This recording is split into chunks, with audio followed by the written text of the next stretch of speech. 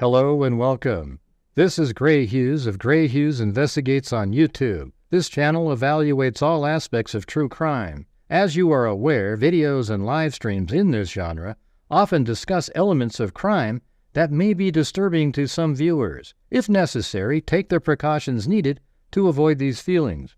Factual information related to cases is the key to fostering rational true crime discussions. Fortunately, you will find that here. Please hit the like button only once, share the video, and subscribe if you like my content. Thank you very much for watching.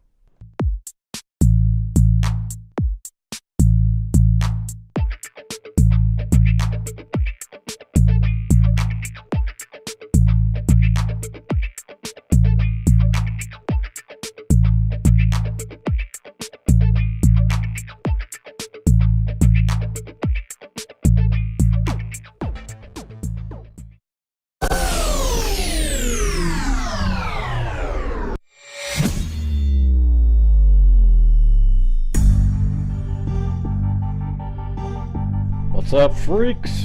Looks like the dogs aren't in their place. Hey, thanks, Wendy Van Roekel. Here's to all your hard work and smart analysis. Well, I appreciate it. Lately, it hasn't felt that way, but, you know, times are different. But yeah, if you're out there and you want to help support the channel tonight, that'd be great. That'd be awesome. Thank you. We haven't really reached a goal probably in like, I don't know, 6 days or so. Yeah, I was on Court TV earlier. Oh, there you go. There's Laura, saw me on there. Yeah, it's weird too because it's a different format. So he has this thing called Vinnie Politan Investigates, like I'm Grant Hughes Investigates, and that show everything's kind of like really tight to a timeline and specific, like you can't really have a conversation. So on the what do you call it, on the first segment I was wanting to like come back and say, hey, because they were talking about the alibi of Kohberger, and I was saying, well, his phone pinged at 4:48 near Blaine, and it's impossible for him to have pinged there, gone to Wawawe Park, and then have his phone ping in Pullman, Washington at 5:30 after being seen at 5:25 driving into Pullman. It's impossible. And it was also cloudy that day, so you couldn't see any stars or anything like that. So there was no stargazing going on. So anyways, I wanted to put that in there, but I had to stick with my segment portion. Yeah, it's kind of the same stuff I've said a bunch of different times. Yeah, they use that little video clip that I make. I have, I've gone over it many times. I don't have any doubt that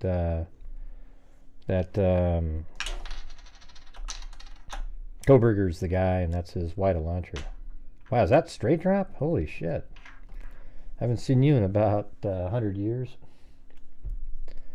I did a cleaned house on all the moderators a while back, or ones that haven't been around.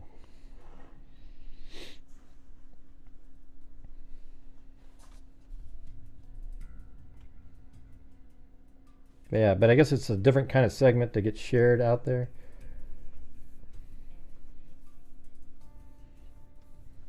Yeah, well, everybody did, Cameron.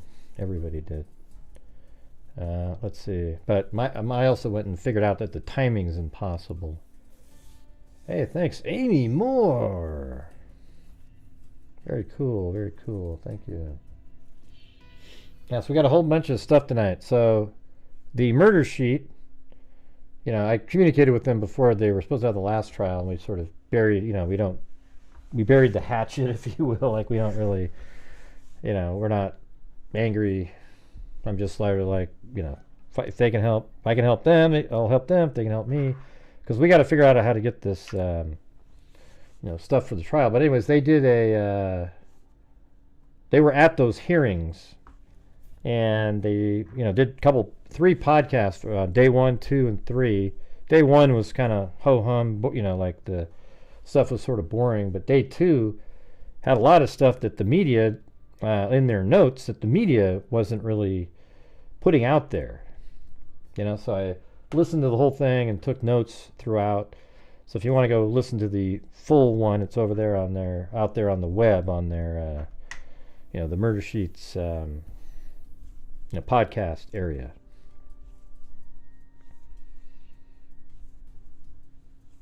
Yeah, well, she's on the thumbnail because apparently there was a murder plot, or not a murder plot, a terror plot that was thwarted, that these terrorists were going to blow up, do some stuff at Taylor Swift concerts.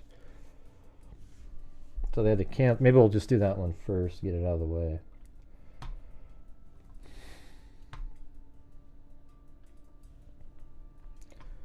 So right here it says, Taylor Swift Austria concerts canceled after terror plot arrest. Not sure what this I'm not going to play that. Taylor Swift concert in Austria were canceled after 2 men were arrested for allegedly plotting terror attacks on her shows in Vienna. The Cruel Summer singer was scheduled to perform Thursday, Friday, and Saturday as part of her Eras tour at Ernst Happel Stadium.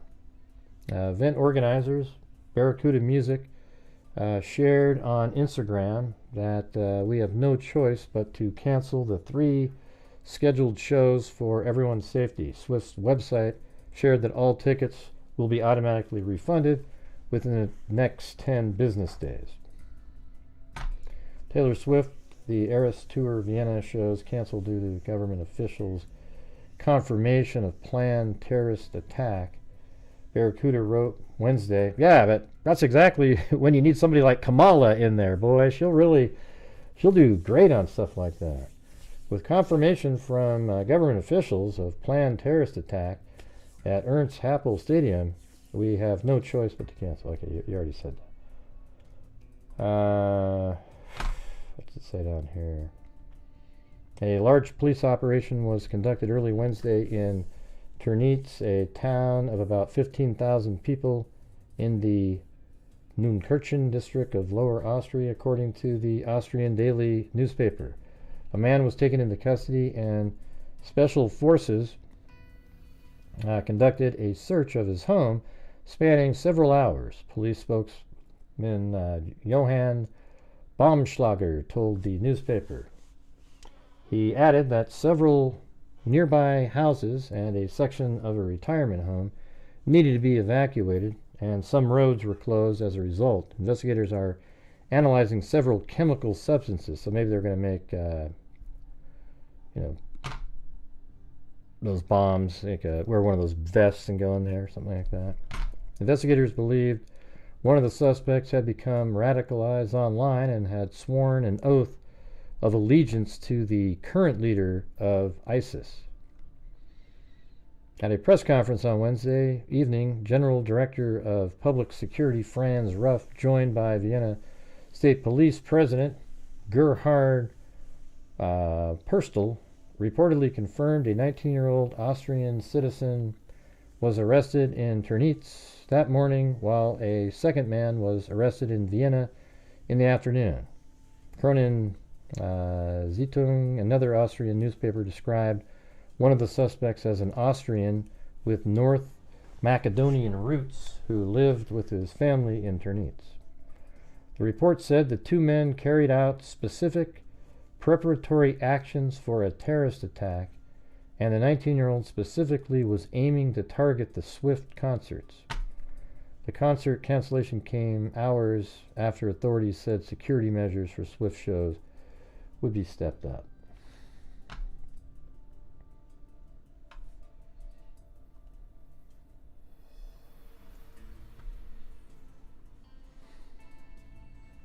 Two held in Vienna over Taylor Swift concert threat. Let's see what it says in this one. Police in Austria, this is BBC, so they're closer to the action, I guess, over there. Police in Austria have intensified security measures around the 3 Taylor Swift concerts taking place in Vienna on Thursday, Friday, Saturday this week. The move follows the arrest on Wednesday of 2 people suspected of planning Islamist attacks on large events in the area around Vienna, including concerts by the U.S. superstar.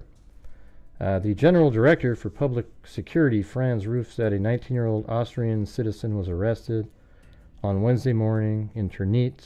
He said a second arrest took place in Vienna in the afternoon, but gave no further details about the suspect. According to the current status of the investigation, the suspects became radicalized via the internet, Mr. Ruff said. He said the 19-year-old made an oath of allegiance to Islamic State at the beginning of July. A large police operation took place in Ternitz, where the 19-year-old lived. A number of houses nearby were evacuated. He said the police were taking all measures to ensure that all events around Vienna could take place safely, including the 3 Taylor Swift concerts. Police said the terror alert level in Austria remained high. The head of police in Vienna, I think it should increase the level in the United States. I mean, the administration in office right now has let in hundreds and hundreds of terrorists, and some are even on the watch list, and they don't know where they are at this point, which is just mind-boggling, you know? Well, let's make sure, you know, why wouldn't you keep track of them? Jesus. It's unreal. Anyways, I know we're just starting the show, you guys, but if you're out there and you can help support the channel, I would appreciate it. Been kind of, you know, just trying to make things happen here. And if you're able to help so that I can keep doing these shows on a daily basis, I would appreciate it. Yeah, that's all I got for you. I think I do a good job for all of you guys and do the shows, and I'd appreciate the support. All right, let's see.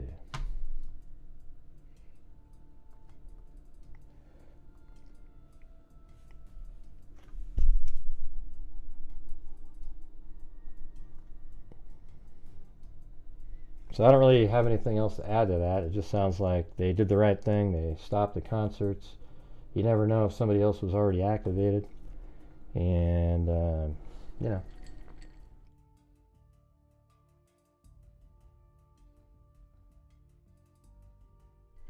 Yeah, I don't even know why they're in if they're on the watch list. How about you make sure somebody's not on a watch list before they come in? You know? Hey, thanks, Allie Cake.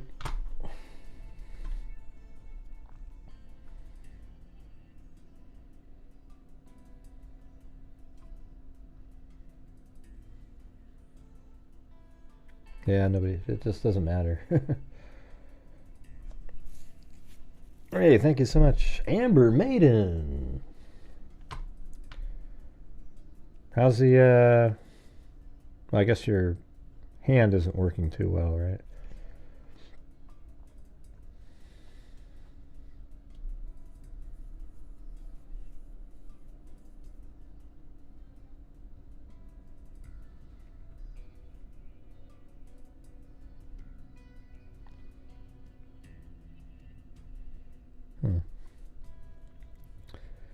All right.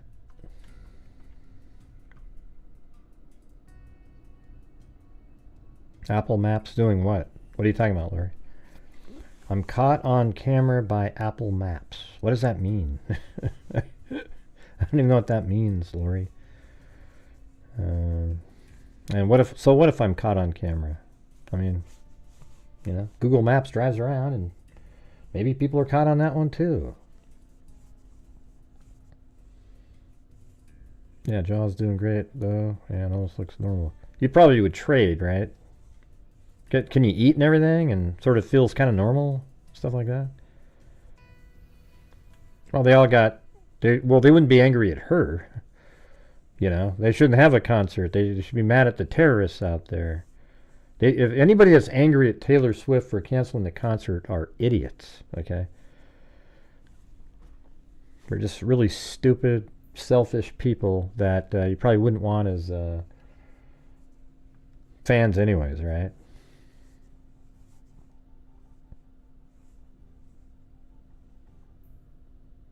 What do you mean you'd rather have the hand? What are you talking about? No, you'd rather have your jaw is what you're saying.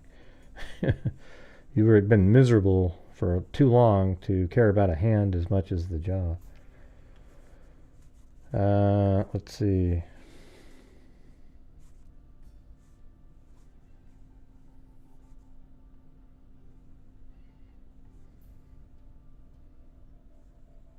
Right, you have a hand injury, right.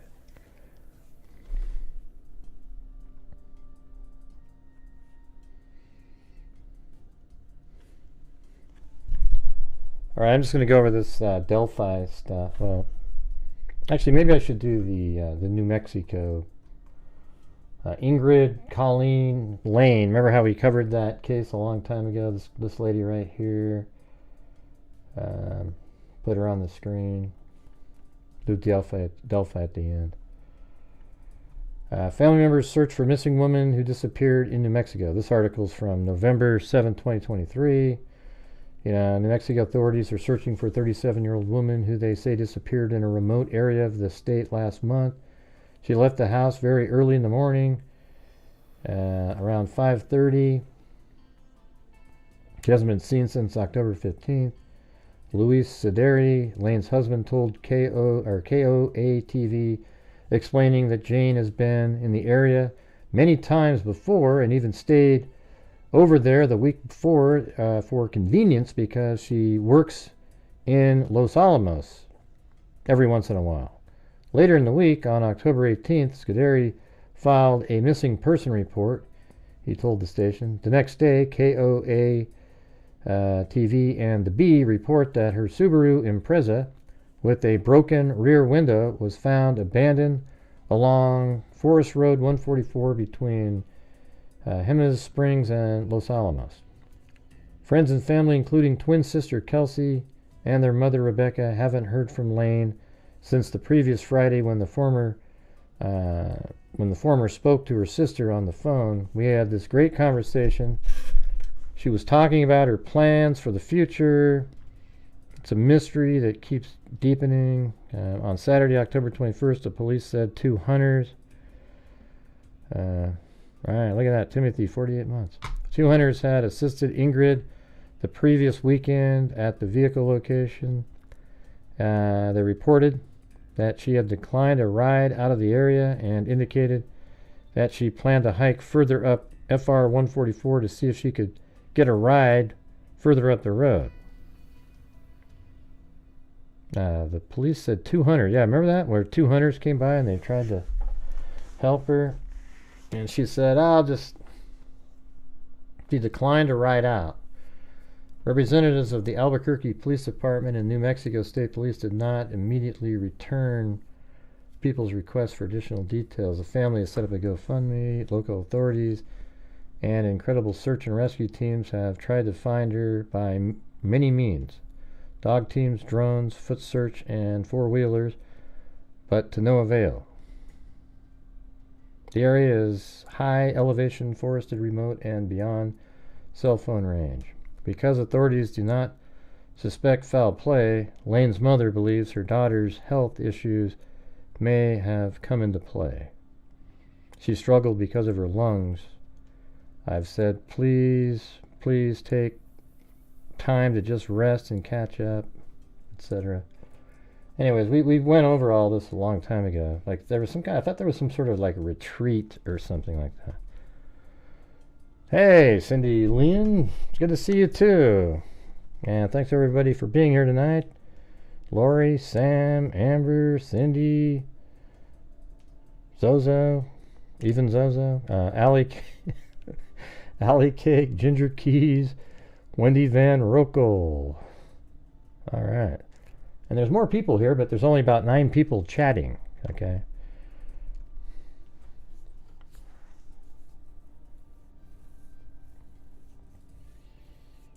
Yeah. Let's see. This one says, fear for missing female hiker Ingrid Coleen Lane, 37, who was last seen asking hunters for help on remote New Mexico road 3 weeks ago.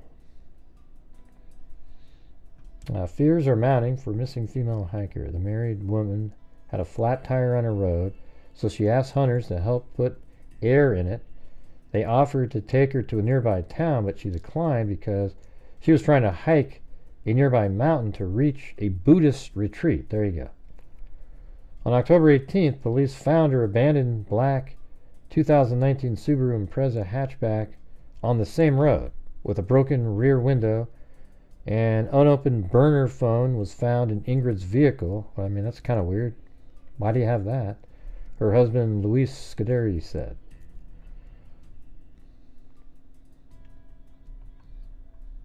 Her twin sister, Kelsey, and her mom, who live in Oregon, have since traveled to New Mexico to help find the missing woman. The area where Ingrid went missing is high elevation, forested, remote, and beyond cell phone range, but is wildly popular with hunters and outdoor recreationists. The missing woman's sister said that a local sheriff told her this is an easy area to get lost in.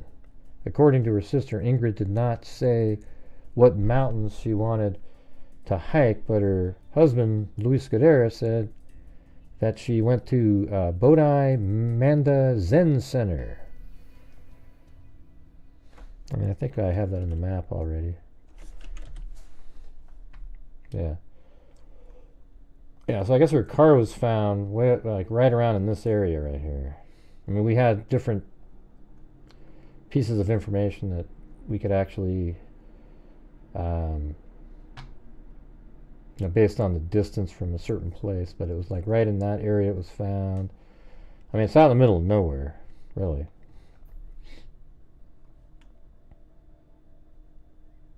Now, I guess there's a little bit of a road kind of near there, right here. Man, look at this Google Earth driver. He went nuts. He did turn around about right around in here, I think. Well, he had to. There's like a dead end. This guy was nuts. He was stoned, obviously. That's what you like, though. You like these kind. He would have kept going.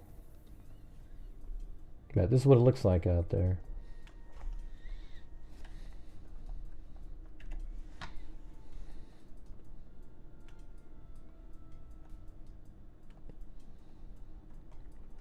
Yeah, but anyways, so recently there was a this lady, or young woman, I guess, out on TikTok who thinks she may have seen her.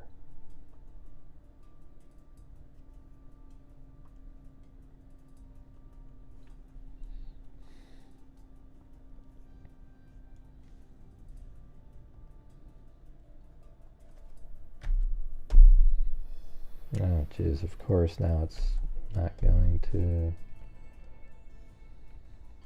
Just have to wait.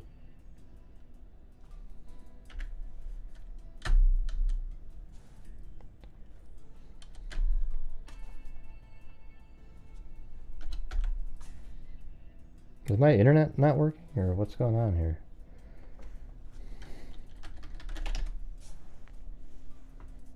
Yeah, seems to be working.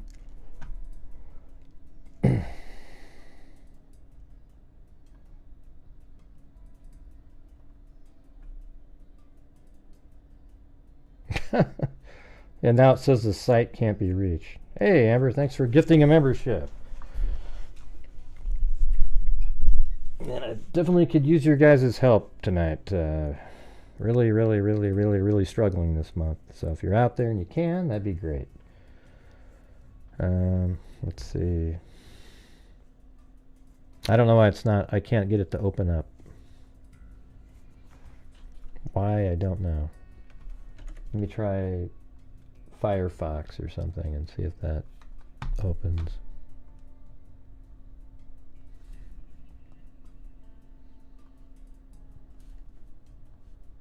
Yeah. Y'all, I'm back at work. Oh, something open. This is her. So that's a different one. After I get off, I think I'm gonna try to... Okay, before I do that one, I'll do this one. I might have seen a woman who has been missing since October. TikTok, please help me. If you know someone, or if you were camping in San Lorenzo Canyon in New Mexico on June 23rd, 2024, please contact me. There was a woman that was walking up and down that canyon, disassociated, scared, was too scared to talk to any of us.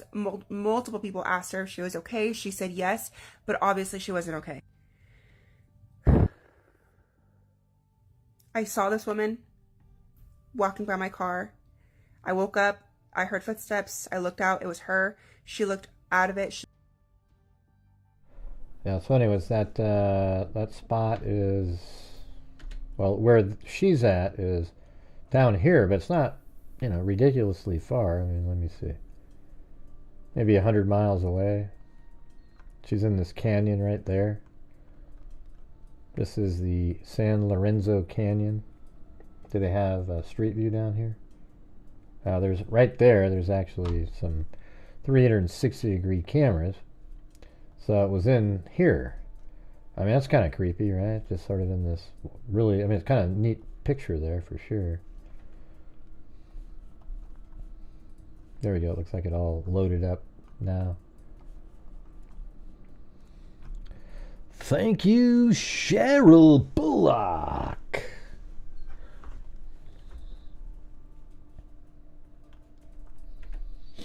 So that's what it looks like. Now back to this possible sighting. She looked scared. She looked concerned. She was looking at the ground like she lost something. There was other people in the vicinity. I heard them ask her if she was okay. She said yes. She was short. She wasn't talking much, but I could just tell. I could just tell she was uncomfortable. She was scared. I said good morning to her. She didn't say anything back. She just looked at me. This woman was 5'5". She was like 120. She had short black hair, like up to here, but it was very obviously box dyed. She looked out of it. She just did not look like she was there willingly. And she wasn't talking to anyone. So I said good morning to her. She didn't say anything back. She was walking up and down the canyon road like she was looking for something. I just kind of dismissed it, and I just started making my coffee and started making breakfast, and she was still within the vicinity. I could still see her. I'm getting ready to go for a hike. I'm putting on my hiking shoes. I'm hiking into the canyon, and I see her squatting behind a bush. It kind of looked like she was hiding, but it kind of also looked like she could have just been waiting and wanting to... Hey, by the way, can you guys hit that like button for me? I mean, at least hit the freaking like button. We've got 95 with 268 people watching. It's really not that difficult. You take your finger out and you literally press it. Sometimes use your thumb. If you don't have a thumb, use your tongue or something like that. If you're unfortunate enough to lose your tongue, maybe you can use your elbow, but do something for God's sakes. It's so freaking simple to come into a chat and just hit the like button. It's one of the easiest damn things to do in the world. Thank you. Pee or something, and she was waiting for me to leave, so I'm like, okay, there's people in the vicinity. I'm going to go hike. I noted this woman is squatting behind this bush. Oh, she probably was somebody. Cindy, why don't you pay attention? Canyon. I pay don't attention, see any Cindy. other cars in there. You can drive through this canyon, but it's really sandy, so it's hard. My car, I don't have the car to do that, so I didn't do that. I just walked in a mile. I hiked in. I didn't see any cars. I hiked back out to my car. When I was almost to my car, the group that was near me, they were hiking in the canyon. I was hiking out. We say hello. I notice when I get closer to my car that the woman is no longer squatting behind them. I get to my car. I'm packing up. I'm getting ready to hit the road again. The group comes back, and this lady comes up to me. She's an African-American lady. She was wearing a yellow shirt, and I believe her partner was there. He was a white man, shorter, blonde hair. She comes up to me, and she says, "Did you see the couple? Apparently their car got stuck in the canyon." I tell her, I did not see the couple. I only saw the girl. And she goes, well, she's with a guy, and apparently the car got stuck. So when we see them, I think she said we're going to ask them if they need help getting out of the canyon or something like that. And I was like, okay. Noted, this woman is not alone. I've only seen just her so far. I haven't seen the guy at all. Just her. She's acting weird. My car is loaded up. I'm hitting the road. I'm like on the dirt road trying to get back to the highway. When I see this man... Yeah, so Cindy, there's this other guy with her, apparently. And the height and everything's the same. So, I guess you never know. And this woman walking towards me. It's that girl. It's the same Thanks, girl. Sandy, But this Shirley. time she's with a man. And this is the first time I'm seeing. The man in question is bald. Mustache. Was that me? He has the road. I'm like on the dirt road trying to get back to the highway when I see this man and this woman walking towards me. It's that girl. It's the same girl, but this time she's with a man. And this is the first time I'm seeing. The man in question is bald. Video. Mustache. He has he looks like late 30s, early 40s, heavier built, 5'9", muscular built though. Tattoos on his arms. He had a blue hat backwards. The girl, black tank top, gray sweater, hoodie, zip up around her waist, jean shorts, black hair up to here. This, my first instinct, they are complete opposites.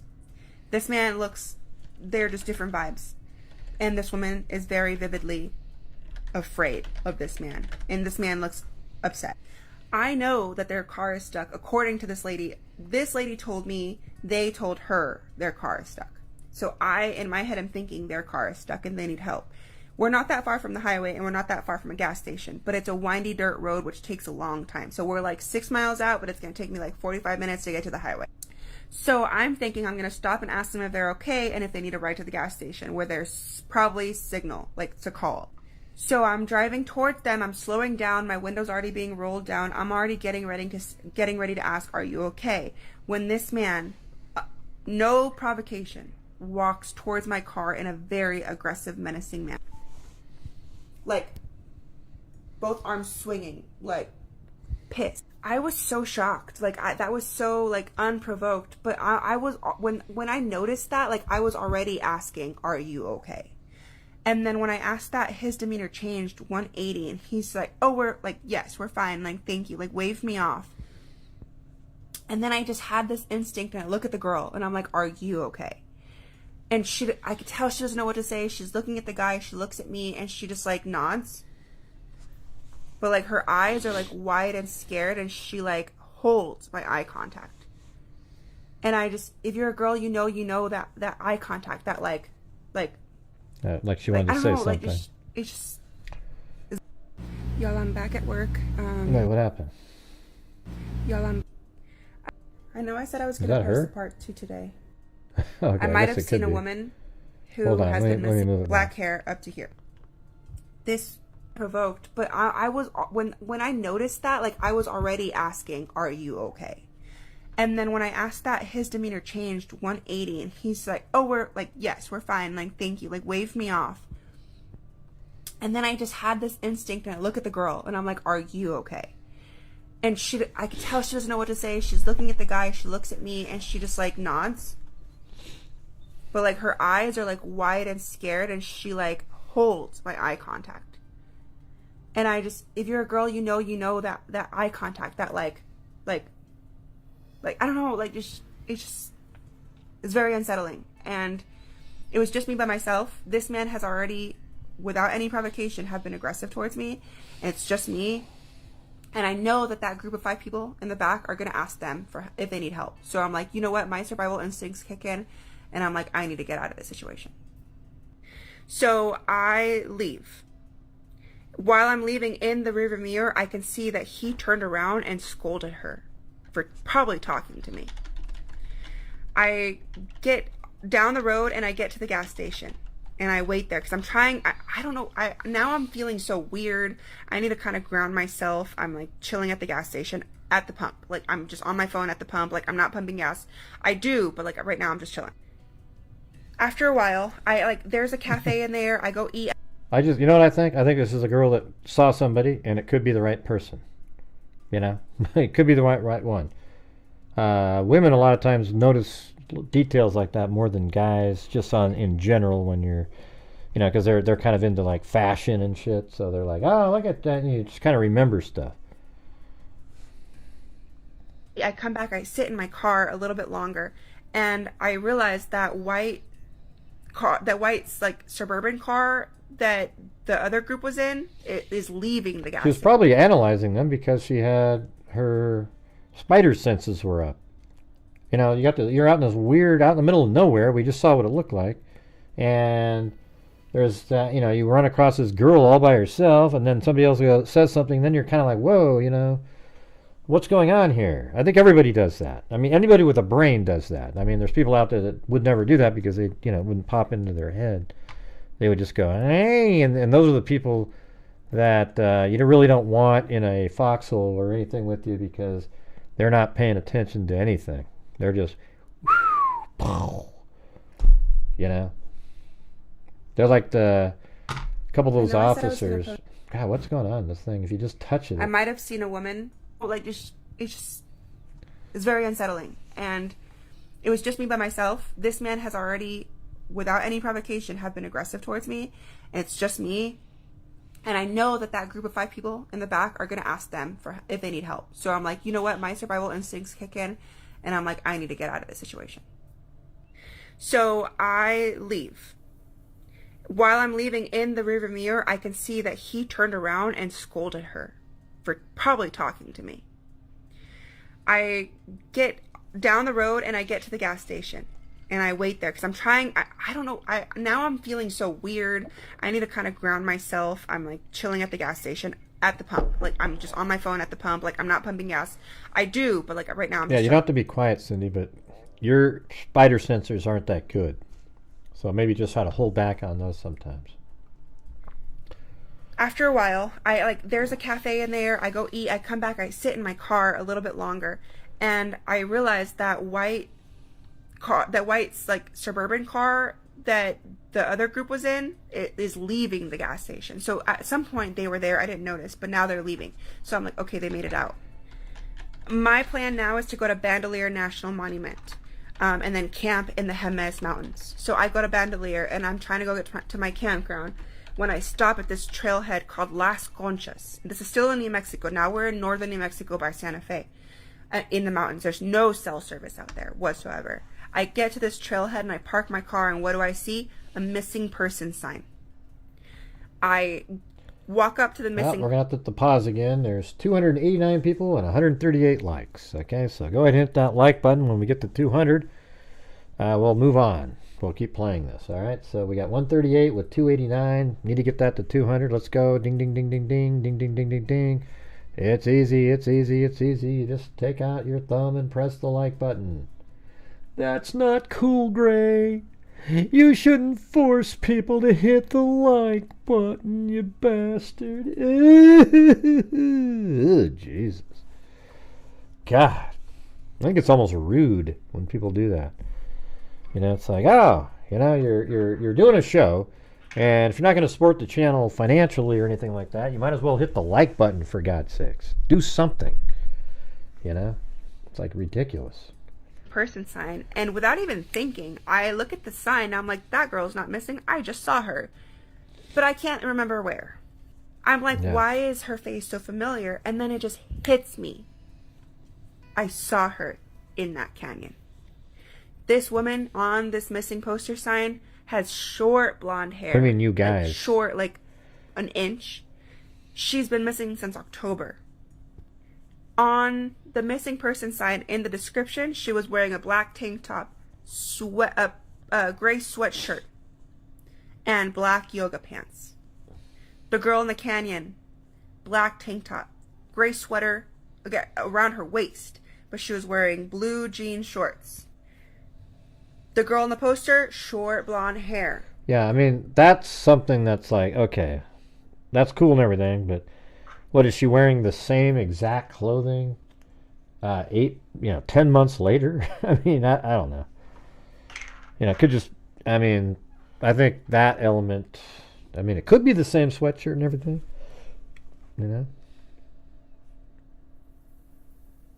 Thanks, Kami. I don't want any Snickers. I just want to keep reaching our goals so I can keep doing what we've been doing over the years. But how long do you think it takes for your hair to grow about here?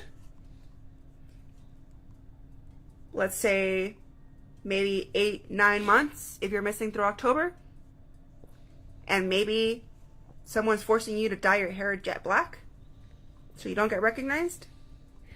This woman went missing in the Jemez Mountains by Santa Fe. The canyon where I believe I saw her was central New Mexico, south of Albuquerque. That's about 3 hours I difference. probably need to be in except jail, though, this Ginger. Canyon Maybe that'll help. is very remote. This canyon usually gets about like one visitor every couple days. So the fact that when I camped there was multiple people there, that was rare. I think that she heard people and she wanted to stick around where we were, but she was too scared to talk to us. So if you know anyone or if you camped in San Lorenzo Canyon on June 23rd, which is yesterday, please reach out to me. If you helped that car get unstuck, please reach out to me. If you spoke to that man and that woman, please reach out to me. I've already been in contact with Ingrid Coleen Lane's family. And we're wanting to hear more. Please. I mean, it's kind of interesting, right? Because I might have seen a woman. Because she hasn't been found out there. It seems like you would just stumble upon a body or something, and there isn't one. And she saw somebody, it's 100 miles away, but it's generally kind of in a similar kind of, you go up in the air. Let's see, where is it? It's right there. It's almost like the same, even kind of like just straight up in the same central part of New Mexico. I mean, I don't know. Could be anybody, but it's kind of interesting, isn't it? You never know. You never know. Maybe she did. I don't know if she called police or not. Oh yeah, so there was an update one too. I guess I have to hit that.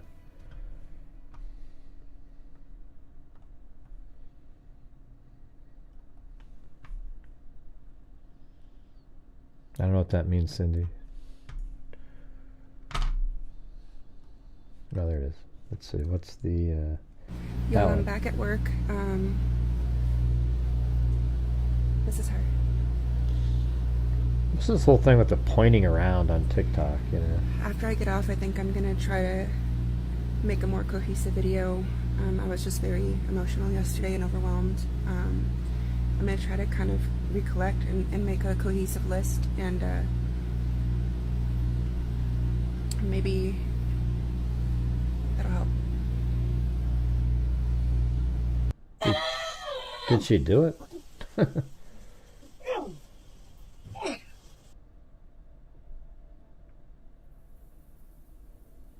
I guess we can call this a story time series about how I potentially saw a missing person. I guess this is the same. Except I didn't know they were missing when I saw them. Now she's all decked out. But before I speak of anything else, I want to mention that everything I talk about in this video and the videos preceding this one, I have already reported to the park rangers. I reported it to local and state police. I reported it to the sheriff's department. I've spoken with the family. And then I posted a video on TikTok.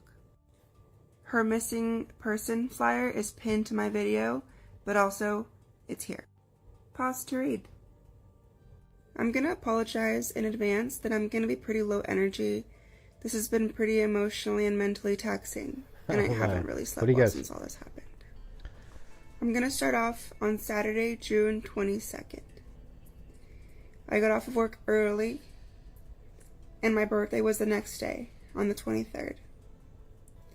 I didn't know what I wanted to do, but I decided on trying to knock off one of the things that was on my bucket list, which was to go to Bandelier National Monument here in New Mexico. I got off of work at 3 p.m., and I was on the road by 6. My GPS said that if I headed straight to Bandelier from where I wasn't going to get there till about 11. To get to Bandelier, you have to go up the mountains in northern New Mexico west of Santa Fe near the Jemez Mountains, and it's very high elevation, and it's just known to be treacherous. So then I decided to find a campground closer to me so that I can get some rest and leave first thing in the morning and get a Bandelier at a good time. I use a website that shows you free campsites. Most of these campsites are on BLM land, which means Bureau of Land Management. Bandelier. A lot of BLM land over here. Tends to be pretty. It's completely dispersed camping, primitive camping, no toilets, no water, pack it in, pack it out. And most of the time you need off-roading vehicles. I don't have an off-roading vehicle, but the reviews on the website said that this particular canyon, San Lorenzo Canyon, was pretty accessible to most vehicles. That's even closer. To get to San Lorenzo Canyon, you exit off the highway, you go underneath the highway through a bypass, and it leads you straight into a dirt road. You go down this dirt road, and it splits. You stick to the right, you keep going down a couple miles, it'll split again, you stick to the right. The entire time, this dirt road has severe washboard, it has a lot of dips, and it curves severely. So, maximum you go about 5 miles an hour if you don't have an off-roading vehicle like myself. How come she's now way up there? So, although you really only drive about 6 miles to get to the mouth of the canyon, it took me about 30 to 45 minutes to get there. The first time I attempted to go into the canyon, I got about halfway there, and I had an uneasy feeling.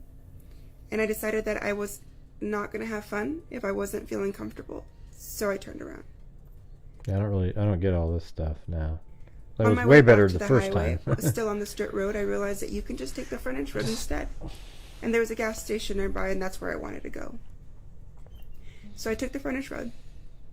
I get there, and I'm trying to get a game plan going on what I'm going to do if that's not where I'm going to camp. I look at the reviews again on this website, and they have photos, and the photos look beautiful. And I decided that the best thing I can give myself for my birthday is to wake up to beautiful scenery. So I decided to go ahead and go back in. But when I'm traveling and hiking and camping alone, I'm usually pretty precautious. So what I decided to do, and what I usually do when I get to a campground at night, is I decide that I sleep in my car. So what I did at the gas station was I set up all my sleeping gear in the back. I put my back seat down. I laid my sleeping mats. I put my sleeping bag. I put blankets, pillows, make it nice and cozy. And I start heading back towards the canyon. Okay, I go into the canyon. I make it all the way into the mouth of the canyon. One thing I didn't do was research. I already had my pin right there. I had no idea how far into the canyon you can go. Right there. So I stopped at the mouth because the road to the canyon gets pretty sandy. And like I said, I don't have an off-roading vehicle. So I stopped where I felt comfortable. It was pretty... Yeah, look how weird this is. Apparently this is like the place where San Lorenzo Canyon... I mean, that's right where the pin shows up, you know. I guess that's all that is. Let me see. And then I guess apparently right where my random pin is, the orange circle is where I parked my car. So that means this lady, a different lady, somebody else maybe, I don't know. I mean, actually it's like exactly right here. I mean, that's such a random thing.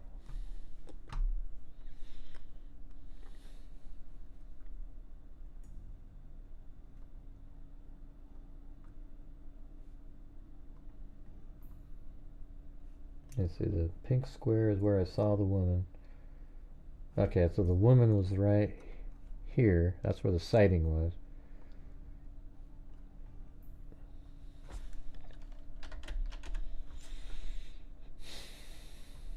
I'm just looking at these other maps. Yeah. And then what's this other?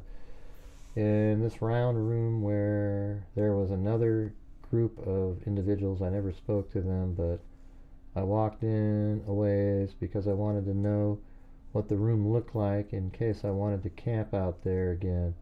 There were multiple vehicles and a good sized group. Looked like they were students attending the local university. The orange mark as far as I hiked into the canyon. This is where the cave is up on the cliff. Okay, what about the cliff? I climbed up there to get a better view. I had not seen any car stuck.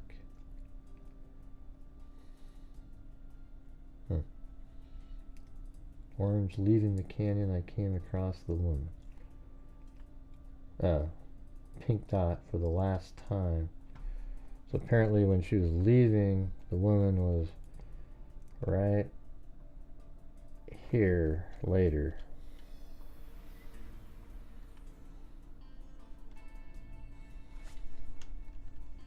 What are the ones and twos for?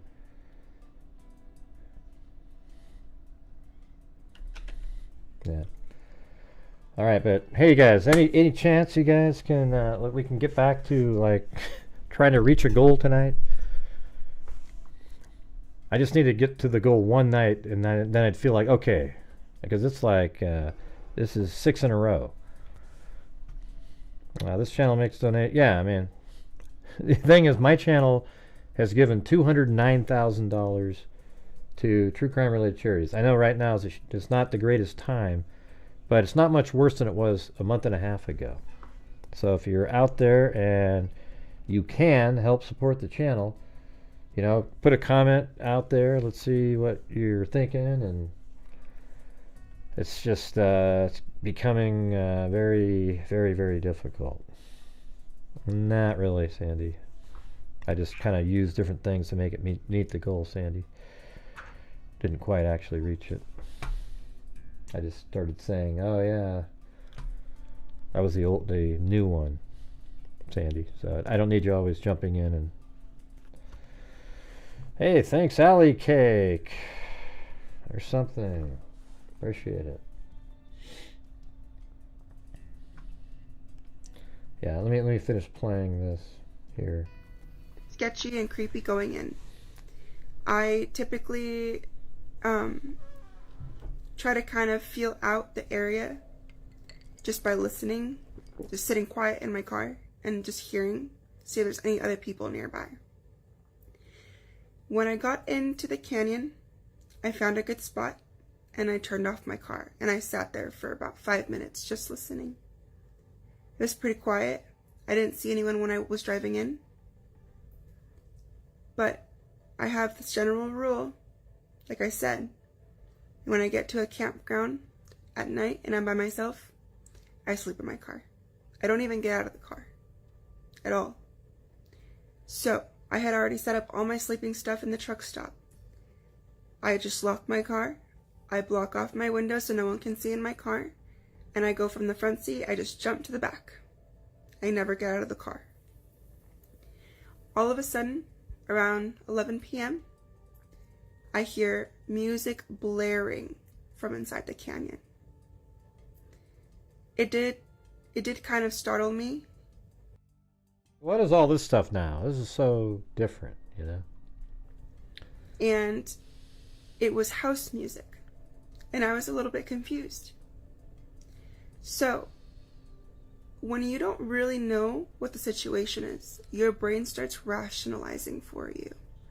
So in my head, I'm thinking, sounds like some underground rave group that throws random raves in random areas. Yeah, I like the way she told it before was more like, oh, okay, wow, you know, but now it's sort of weird. You know, I'm not sure what she's talking about.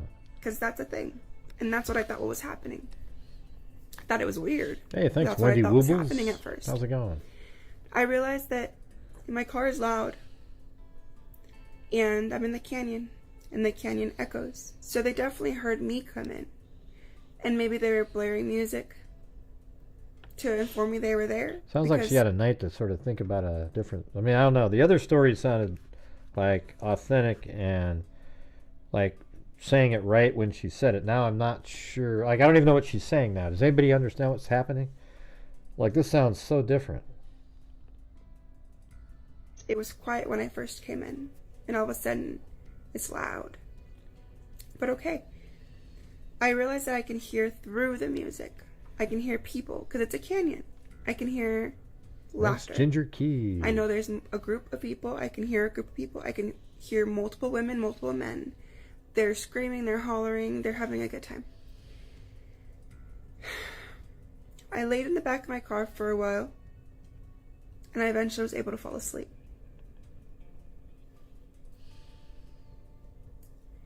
I then get startled awake. But who cares about the night before, you know? Like, I don't even know what she's talking about. I hear footsteps near my car. And because I blocked off my windows, I couldn't see who it was. So I peek and I see a woman. I check my phone. It's 7 a.m. I thought it was odd because she was really close to my car. Probably like 4 feet away. Mm-hmm. Who's this person? But I was relieved because it was another woman. And if you're a girl, you know. Oh, but the other day she told the story. story. And then I hear someone talk. It sounded like, I mean, the other story was better. And I look. It sounded like and across the arroyo from where I'm parked, there is a couple. It's an African-American woman, and it's a white man. And I think that they're speaking to the woman that's near my car.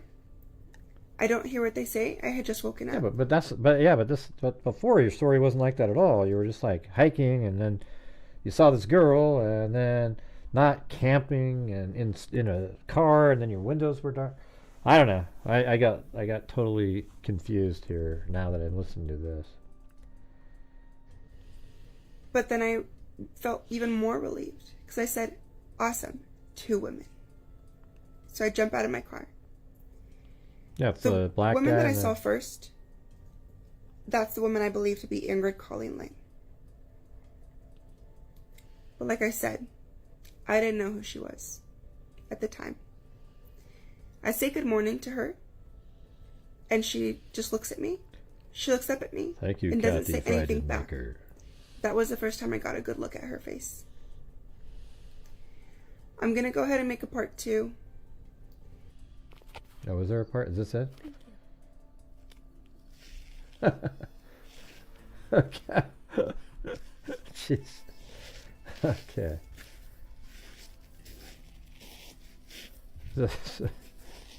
This is the canyon looks like. Hey, thanks, News Crasher. You're gray-pilled and pancakes.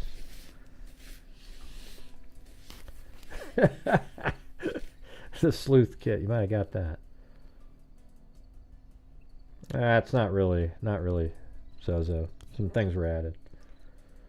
It was different. She didn't say she was sleeping in the windows and any of that stuff. She said she was just hiking and ran across somebody. Now it's like, oh, I was in my car sleeping, and then...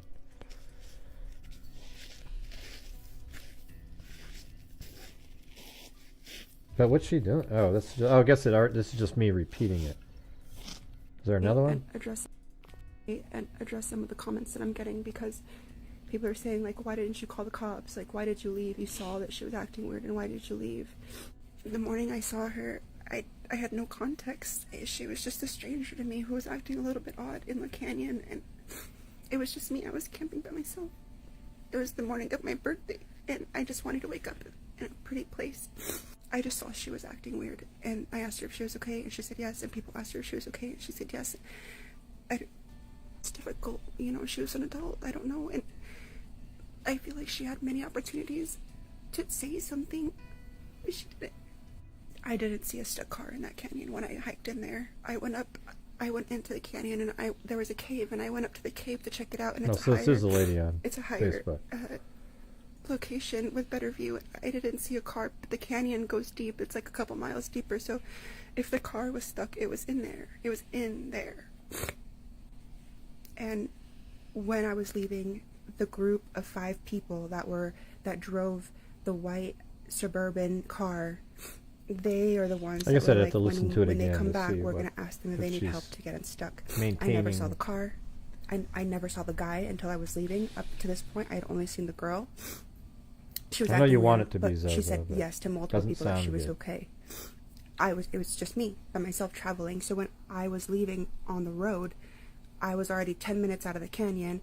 The other group was still back there. It was just me, the dude that was walking towards my car aggressively, and the girl that was acting weird. I didn't think to. I believe her first story. I just don't know about this other stuff's kind of weird. And if I had, then I wouldn't be here to tell a story probably, because I don't know if he was armed. So I followed my gut instinct, and I hit the road, and I didn't see the missing post. I just think she shouldn't have told the way she told the second story was ridiculous. It's crazy. Okay. for another 12 hours when I was in North New Mexico. When I saw the poster, I recognized Hey, I the say face that often immediately. too, I just didn't Zozo. know where. And then I realized that it closely resembled the girl in the canyon. All right, let's see. Hold on, let me go back. I might have seen a woman who has been missing since October. TikTok, please help me. If you know someone or if you were camping in San Lorenzo Canyon in New Mexico on June 23rd, 2024, please contact me. There was a woman that was walking up and down that canyon, disassociated, scared, was too scared to talk to any of us. Multiple people asked her if she was okay. She said yes, but obviously she wasn't okay.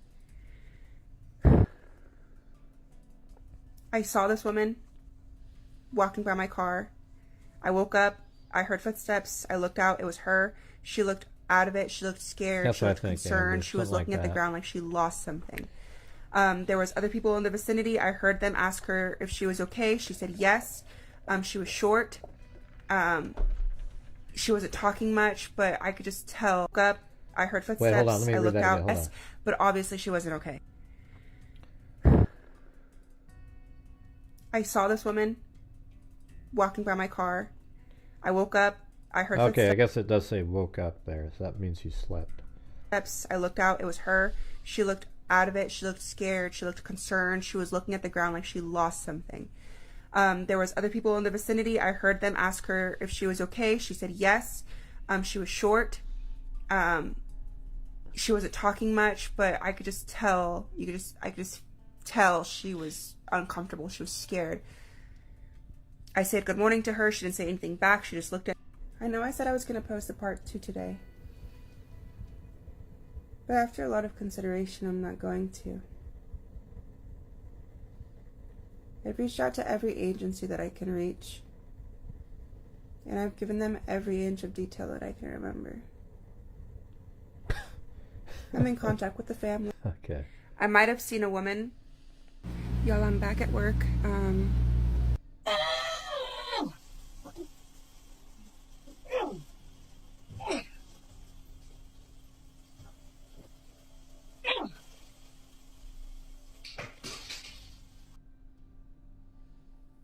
I guess we can call this a story time series about how I potentially saw a missing person, except I didn't know they were missing when I saw them.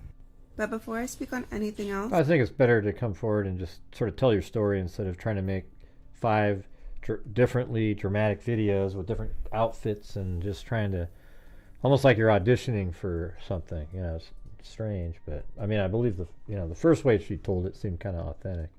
I want to mention that everything I talk about in this video and the videos preceding this one, I have already reported to the park rangers. I reported it to local and state police. I reported it to the sheriff's department. I've spoken with the family. Somebody else. And then I posted a video on TikTok. Her missing person flyer is pinned to my video, but also it's here. Pause to read. I'm going to apologize in advance that I'm going to just switching over to that shot was kind of strange. Yeah. Pretty low energy. This has been pretty emotionally and mentally taxing, and I haven't really slept well since all this happened. I'm going to start off on Saturday, June 22nd. It was my birthday. I got off of work early, and my birthday was in Lorenzo Canyon. You exit off the highway. Okay. You go underneath the highway. Yep. Not going to have fun if I wasn't feeling comfortable. So I turned around. On my way back to the highway. So the whole thing about she had this feeling, like, this feeling of dread already, and wasn't going to have comfortable, and then went back to the highway. That's the part I don't, just tell the story, man. The dirt road, I realized that you can just take the frontage road instead. And there was a gas station nearby, and that's where I wanted to go. So I took the frontage road. I get there, and I'm trying to get a game plan going on what I'm going to do if that's not where I'm going to camp. I look at the reviews again on this website, and they have photos, and the photos look beautiful. So it is consistent where the other one she said she woke up. I guess I missed that part. I decided that the best thing I can give myself for my birthday is to wake up to beautiful scenery. So I decided to go ahead and go back in. But when I'm traveling and hiking and camping alone, I'm usually pretty precautious. So what I decided to do, and what I usually do when I get to a campground at night, is I decide that I sleep in my car. So what I did at the gas station was I set up all my sleeping gear in the back. I put my back seat down. I laid my sleeping mats. I put my sleeping bag. I put blankets, pillows, make it nice and cozy. And I start heading back towards the canyon. Okay, I go into the canyon. I make it all the way into the mouth of the canyon. One thing I didn't do was research the canyon. I had no idea how far into the canyon you can go. So I stopped at the mouth because the road to the canyon gets pretty sandy. And like I said, I don't have an off-roading vehicle. So I stopped where I felt comfortable. It was pretty sketchy and creepy going in. I typically try to kind of feel at night, and I'm by myself. Around 11 p.m. I hear music blaring from it, and I was a little bit confused. I'm just fast forwarding it a little bit. Sounds like some underground rave group that throws. My car is loud, and I'm in the canyon, and the canyon echoes. So they definitely heard me come in, and maybe they were blaring music to maybe inform just me they were post there, the first because video. it was Call quiet it when I day, first came in, and all of a maybe sudden that one. it's loud. But okay, I realized that I can hear through the music. I can hear people, because it's a canyon. I can hear laughter. I know there's a group of people. I can hear a group of people. I can hear multiple women, multiple men. They're screaming, they're hollering, they're having a good time. I laid in the back of my car for a while, and I eventually was able to fall asleep.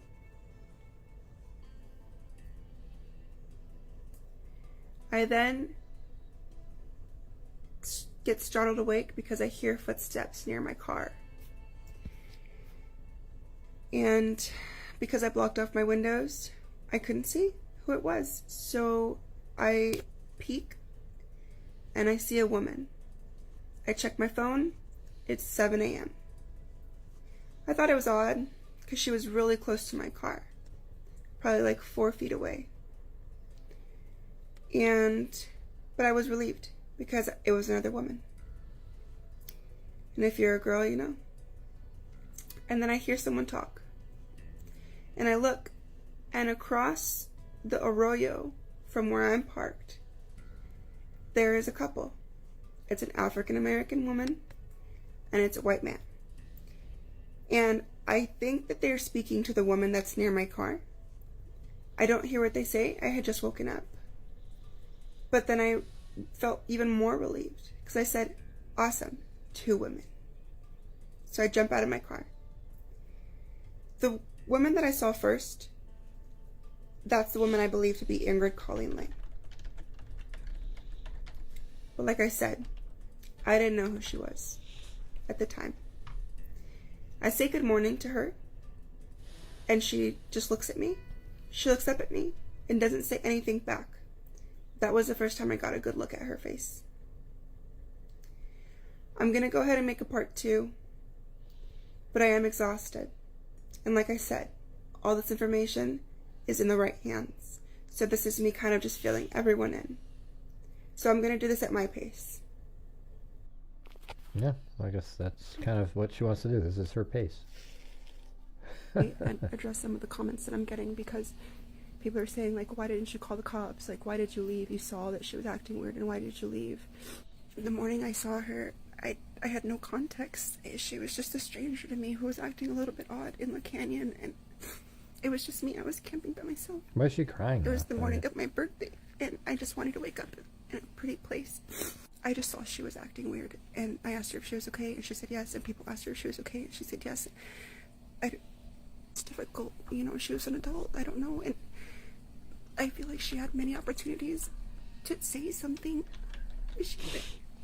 I didn't see a stuck car in that canyon when I hiked in there. I went up, I went into the canyon, and there was a cave, and I went up to the cave to check it out, and it's a higher location with better view. I didn't see a car, but the canyon goes deep. It's like a couple miles deeper, so if the car was stuck, it was in there. It was in there. And when I was leaving, the group of 5 people that drove the white suburban car, they are the ones that were like, when they come back, we're gonna ask them if they need help to get unstuck. I never saw the car. I never saw the guy until I was leaving. Up to this point, I had only seen the girl. She was acting weird, but she said yes to multiple people that she was okay. It was just me by myself traveling. So when I was leaving on the road, I was already 10 minutes out of the canyon. The other group was still back there. It was just me, the dude that was walking towards my car aggressively, and the girl that was acting weird. I didn't think to lay my life on the line in that moment because I didn't know the context. And if I had, then I wouldn't be here to tell a story probably, because I don't know if he was armed.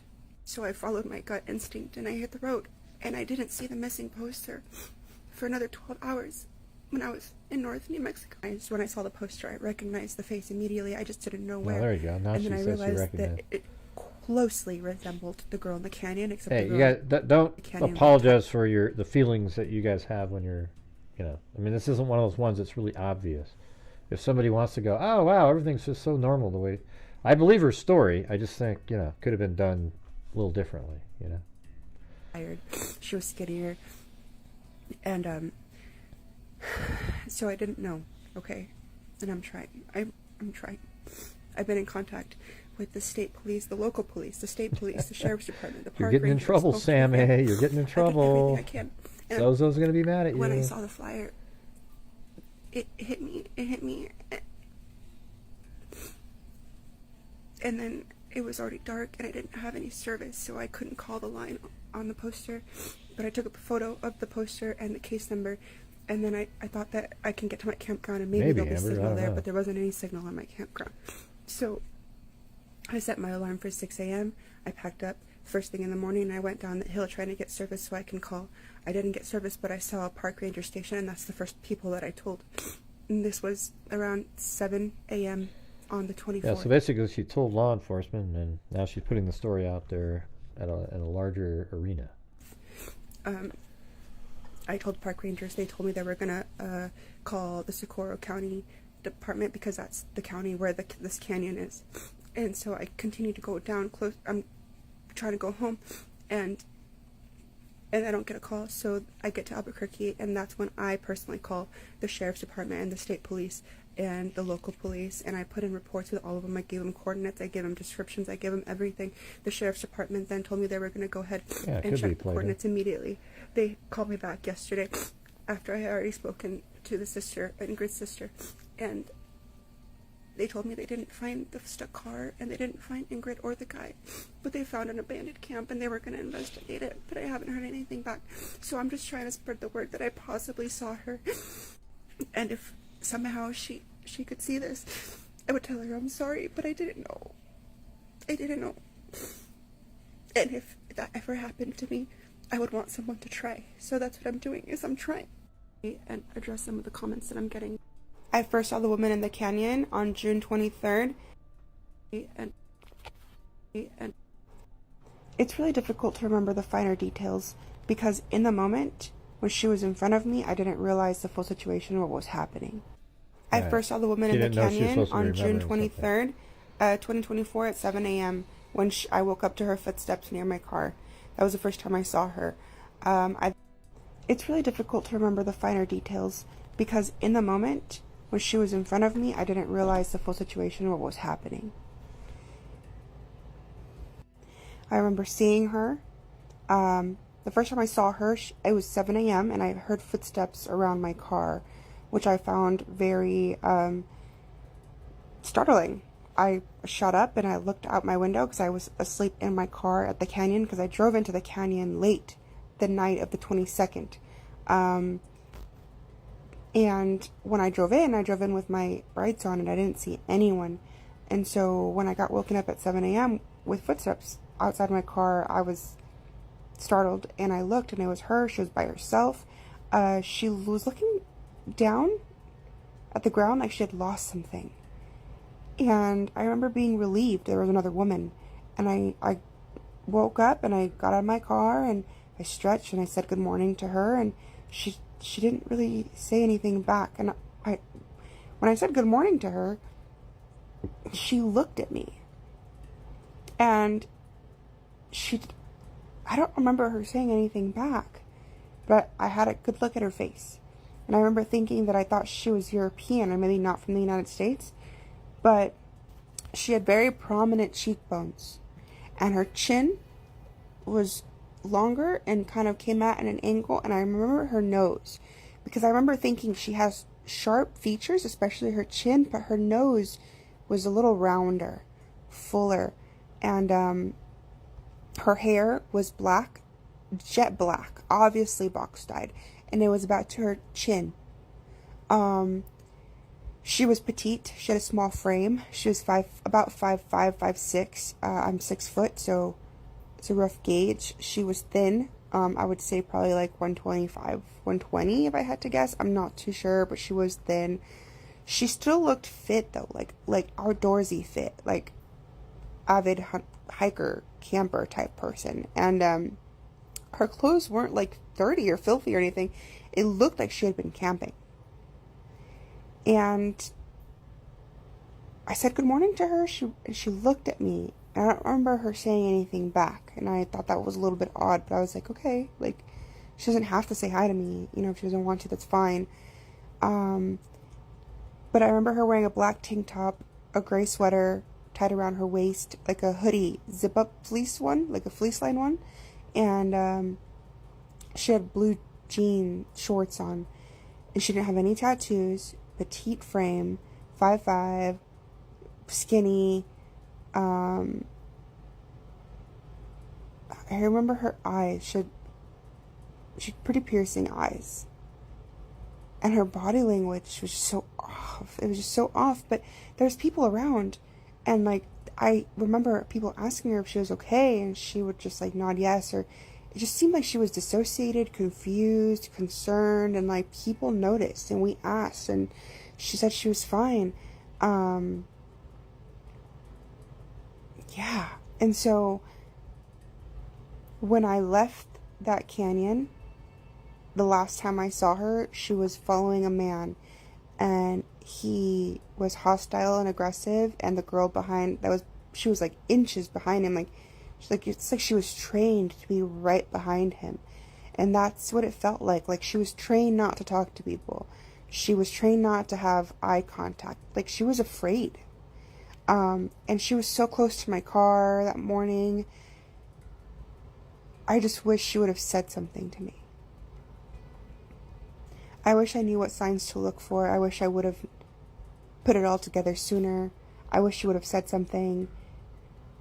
And I could have been like, get in my car. Like, no questions asked. Let's go. Because when I saw her, it was just her. And when I went to hike and I came back to my car to get ready to leave, and I got in my car and I was driving out of that canyon, I saw her. She was walking back towards the canyon with a man. And the man was aggressive, hostile towards me, unprovoked. When I asked if he was okay, his whole demeanor changed, and he said yes and tried to wave me away. And he was bald, about 5'9", probably over 200 pounds, but more of a muscular build. He had a tattoo he had multiple tattoos, I think, 2 or 3 on his arms, but I remember one specifically being on his inner forearm, being pretty big. He was wearing a blue hat and a blue shirt, I think, and he was carrying a water jug, the igloo ones that have like the handle, but it's also one of the as a plastic straw that you can like pull up. It's an old school one. He was carrying it was blue and white. Anyways, I leave the canyon. I drive 3 hours north, outside of Santa Fe. I'm in Jemez Mountain. I get to Las Conchas Trailhead, and that's where I saw the missing person flyer for the first time. I like him. I like that. I first saw the woman in the canyon on June 20th. I might have seen a woman. I think that's about it. I think that's about it for me on that. But you know, she did tell the story pretty consistently. The other story, I guess, was the night before, leading up to it. We didn't really need to know that part, though. And like the other version was everything about the night before and then just a little bit about the encounter. That's what's kind of confusing, but, at least it's out there. So, good for her to get the information out there. But, we're currently only at 47% of a nightly goal. So if you got the new low one. So if you're out there and you can, and you have the ability to support the channel. If you don't, I don't want you sending a nickel in. But if you can, that'd be great. All right, so now we're going to do the Delphi notes that I took off of the Murdersheet podcast.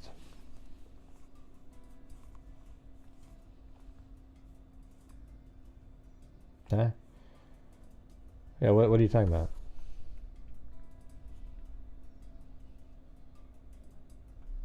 Yeah, you didn't say anything wrong. It's okay if you guys, just like when I say stuff and you guys disagree, I get the same backlash.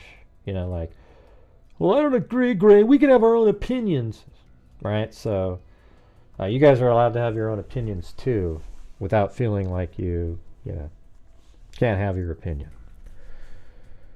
All right, excellent.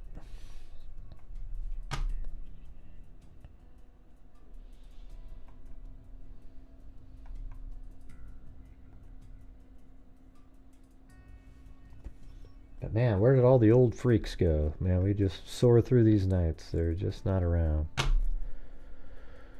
Oh well. Gonna have to figure out something else. Anyway, so I guess apparently there was like Stacy Diener, Nick MacLeod, and James Luttrell for the prosecution. And then Andrew Baldwin and Brad Rosie and Jennifer, like, Rogette or something like that. Roger. I think that's what it is. Hey, thanks, Amy Moore.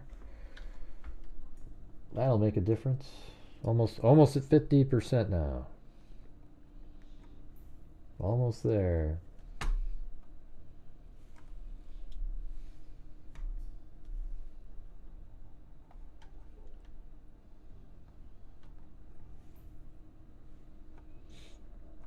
Yeah, this is just the Delphi case, but it's pretty interesting stuff, you guys. This is it's pretty crazy. Pretty crazy. It's coming up. Let's get some more Amy Moores out there, you guys. Let's get some more Amy Moores.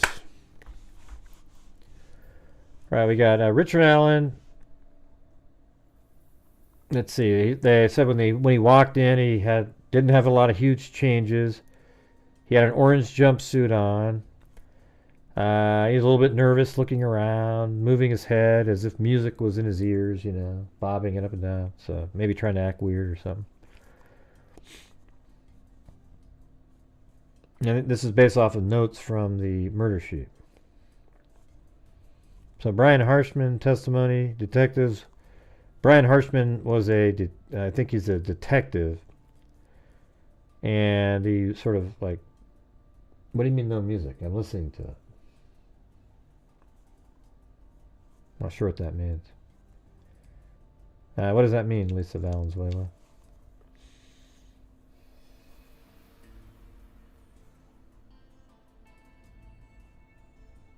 Oh, cat eye, you have to do 50 plus, and then, or if you want the avocado dance, which we haven't seen in a long time, you would do the like $49.99 or something.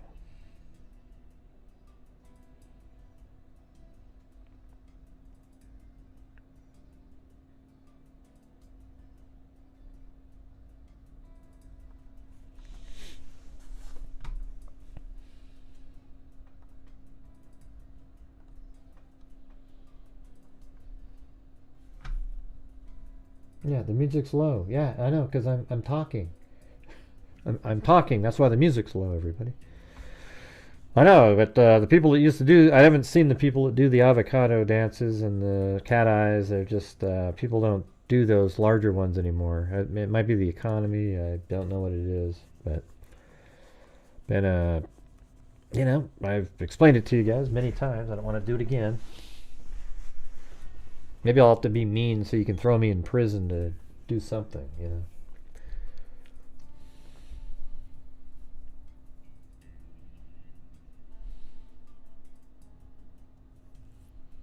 You know what's weird is I think Court TV should have me on for the Delphi case. I mean, I've been on there a couple, like once or twice, but they always have these guys on that are like just total nutters. Like the, you know, not nutters, but like, you know, just total anti-prosecution. You know, they're just all for Richard Allen. And the guy's guilty as hell, okay? He's guilty as hell. Richard Allen is the killer in the Delphi case. There's no doubt of that. Zero. And anybody telling you otherwise, that they have doubt, that means they're mentally ill. Okay? Especially after you hear what I'm telling you right now, which verifies that we were totally right the entire time. Okay?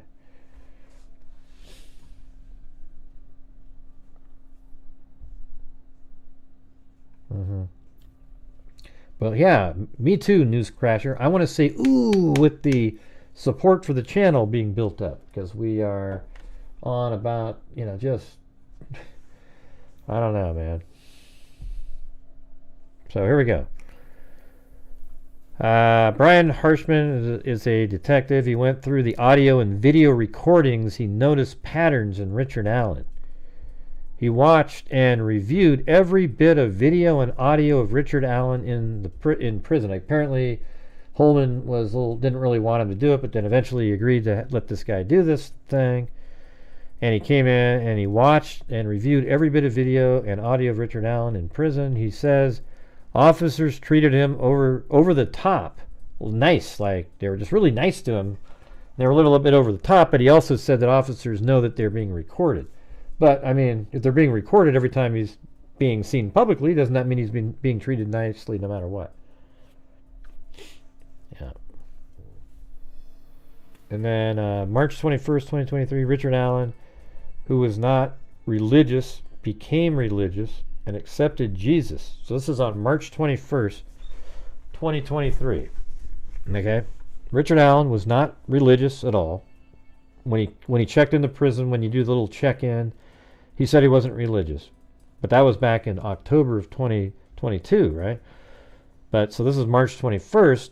He became religious and accepted Jesus and God, and he knows that he might not ever make it home, so wants to make things right so he can be with his family in heaven.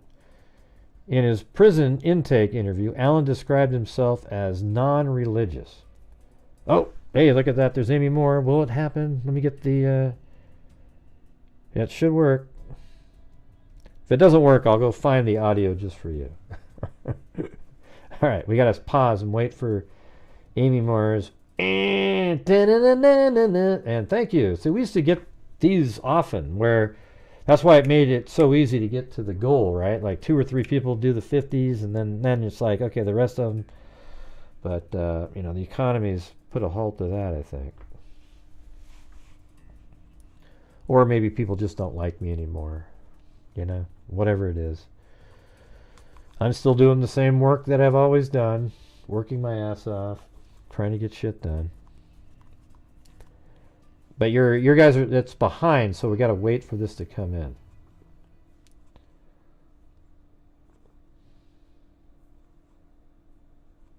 But thank you so much, Amy Moore. That was very kind. If it doesn't work, I'll go out and just do... There's a place I can do a sample.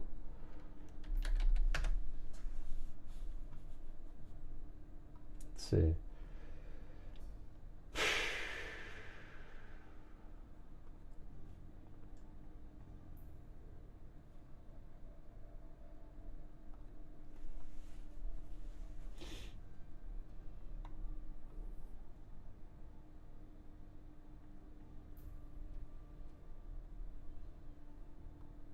Oh, there it is.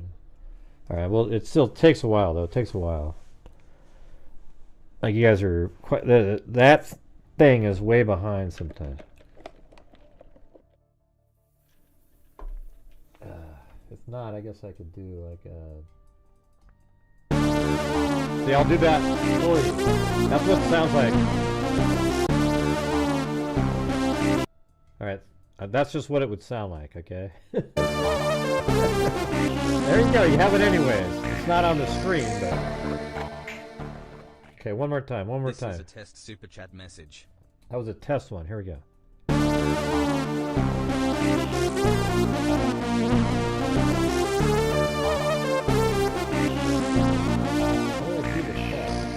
Oh, here we go. Here we go. I can have it on the screen too. This is a test super chat message. Okay, here we go.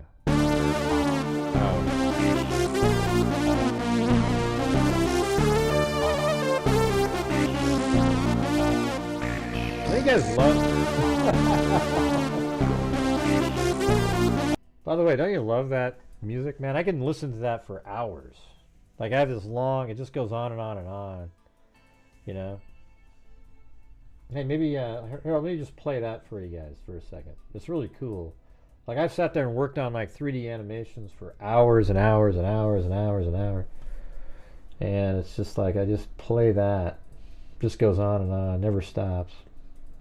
Of course, you're mentally insane for the next week, but other than that.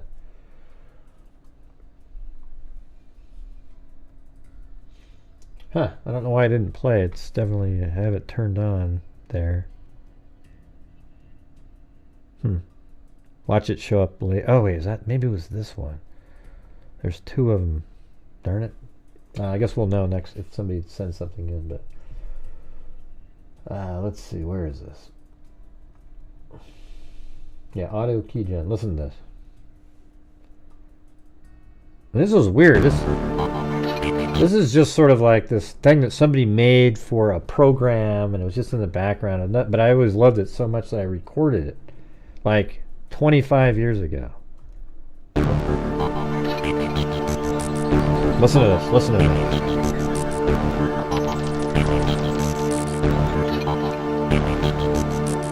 From the green forests of the Pacific Northwest, I bid you all good evening, or good morning, as the case may be.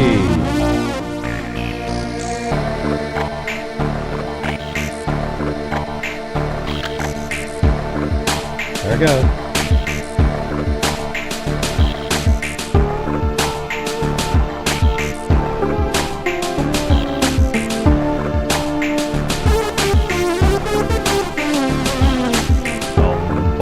Boom, boom.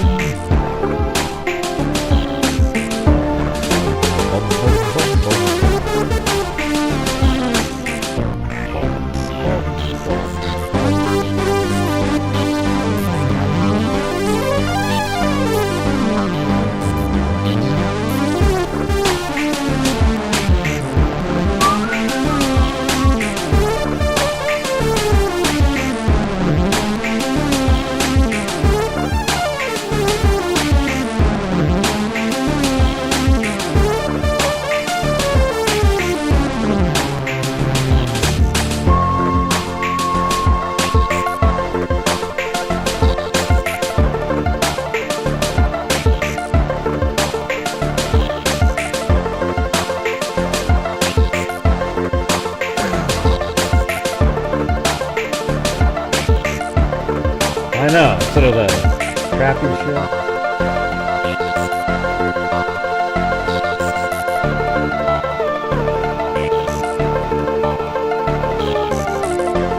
I'm doing that for Play-Doh right there. She loves that one.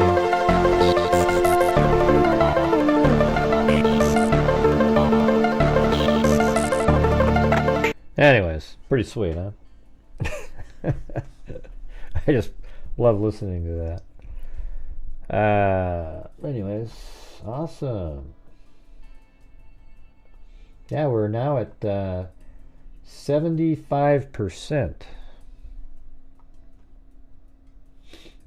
Alright, but anyways, let's get back to what we were doing a minute ago. I was thinking you got some memberships there. I've learned so much about the Delphi case from Gray over the years. He's the number one. Yeah. I mean, I think I know the factual stuff. I don't care about the Odinist stuff. So I mean, it would be interesting if you believed in conspiracy theories. So when you listen to it, you go, oh wow. But to believe in the Odinist stuff means that there's this massive cover-up of other Odinists for other Odinists. That's what you got to do. And then once you realize, well, that's ludicrous, then there's no point in it. Especially after you hear this stuff, right?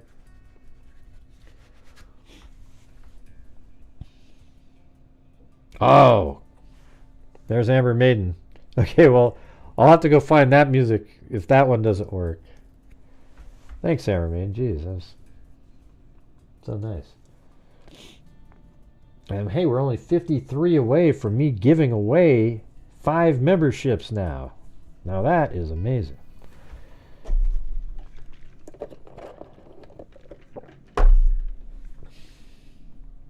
All right, let's just see if it shows up.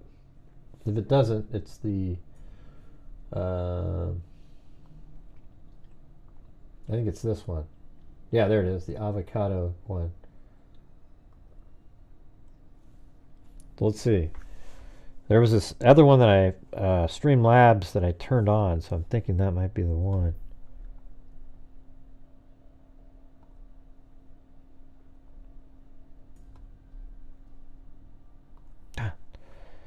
Right there, maybe? Okay, I'll play this over here then. There we go, without the avocado dancing.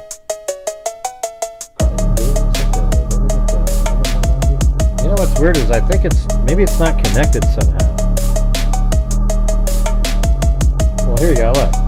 There it is. You can see it right there, there you go.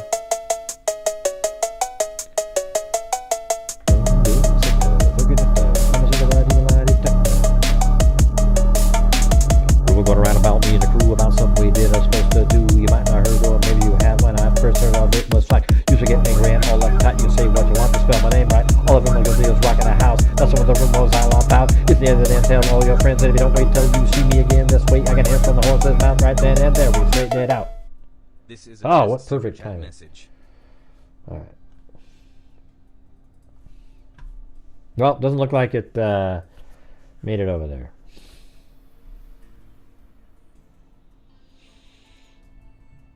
Yeah, it just doesn't. It's not related. Proverb. Has nothing to do with Odinist. There's no Odinist around. Anyways, let me go ahead and read this right here. All right, but hey, you guys, only 53 away now from the 5 free memberships. And by the way, and if you want to gift free memberships, I can make that part of that. So that'd be cool.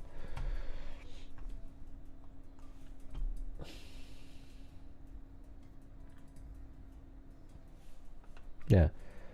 So it says, on March 21st, 2023, Richard Allen, who was not religious, became religious and accepted Jesus. And he knows that he might not ever make it home, so wants to make things right so he can be with his family in heaven. In his prison intake interview, Allen described himself as non-religious. And again, this is from Murdersheet's podcast, but I just took notes through the whole thing. They did a good job of summarizing it. But reading the Bible changed that.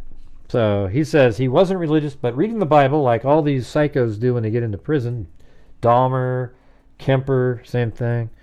Allen believed to make things right, he needs to confess. Confession started around this time. So right when he accepted Jesus, he then started confessing, which absolutely gives it so much more credibility, because now he feels like he needs to tell the truth to set his soul free, like that, right? And then actual direct confessions to this crime, there are over 60 of them, like Cindy Leon said, right? Then it says some confessions are specific and that only the killer would know. I mean, so some of his confessions were that specific where only the killer would have known the answer. So after Richard Allen called his wife, Kathy Allen, and mother, after he found Jesus, so he called them up. They were extremely upset with him, though. Mother was telling Richard Allen, "They're messing with your head, man." Kathy Allen said, "Stop talking. I'm going to call Brad." This is exactly what we said. Didn't we say this? Brad is one of Richard Allen's attorneys. She actually hung up the phone to call Brad. Hey, look at that. Wow, Amy Moore. Jesus. Well, thank you so much. I want to go to the trial. It's just, when I was planning to go to the trial, I mean, doesn't it sound strange, but only 3 months ago, the support on the channel was really high. Like, it was every night was so easy to get to the goals and everything. And going to the trial would cost me probably like $6,000 or so minimum. And even if I broke even, I'd be happy. But that's kind of what, normally in a month we bring in quite a, used to do pretty well. So it's like, I don't know. It would make me nervous to go there, because I think I would actually end up losing quite a bit of money. But I want to go. I'm planning on doing it. It's October. So we'll see how it goes. Kind of sucks, too, because that's right around you get near the election right there. Right?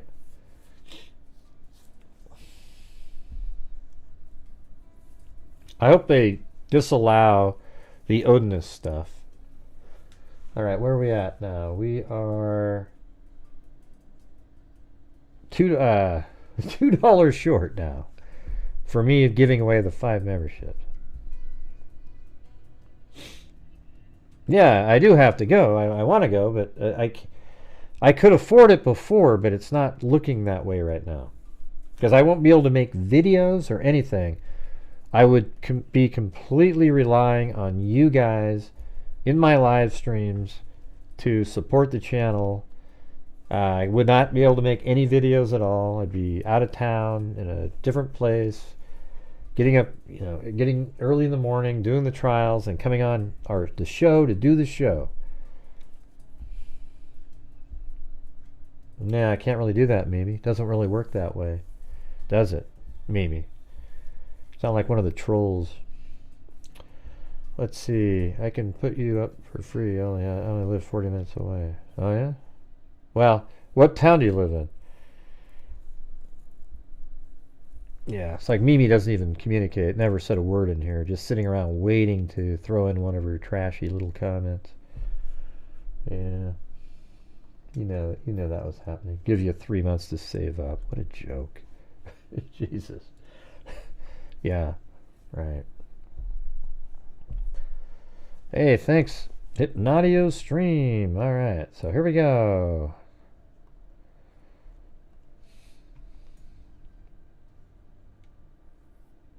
And here are the 5 memberships.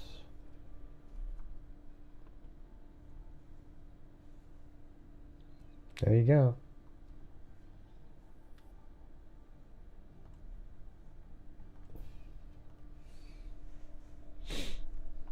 All right, let's see. Welcome, Gene Fish, Sandra Lee, Steve Will Do It, Sean Pellegrino, and Rebecca Kahn.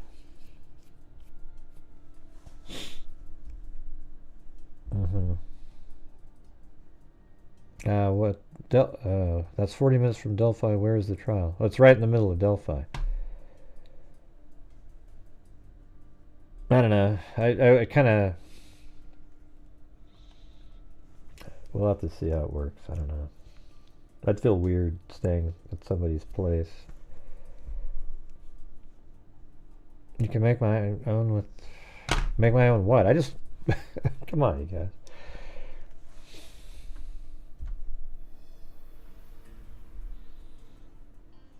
Has anybody even seen that Mimi Misty in here ever before, you guys? Anybody? Anybody seen Mimi Misty in here? Ever?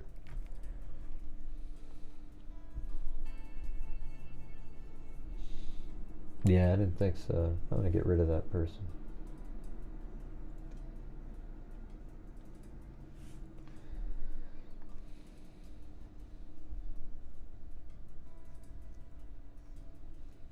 Yeah. It'd be great if I could do that, but I have to pay taxes every 3 months as well. You know. Nope, they're not allowing cameras in. Yeah. Well, I was the one that told you that, Jessica.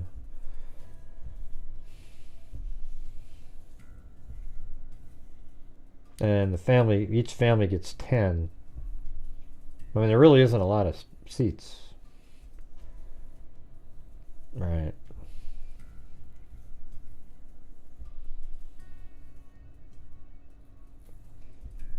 Oh yeah, Karen? Well, you know what? I don't know if it worked for Zozo, but you got to refresh your app on your phone. And you also have to... Okay, so here's the thing, everybody. I showed you guys the other day. That screenshot, right? There's only like 18% have all notifications. So what right now? Hey, do you have a screenshot from tonight's show, Zozo? And you can show me that it doesn't show me live? But anyways, you have to turn on your notifications on your phone in your settings for YouTube. You can't just sort of click the notification bell on all videos. It doesn't work unless your phone is set up to for notifications on YouTube. Is that crazy or what?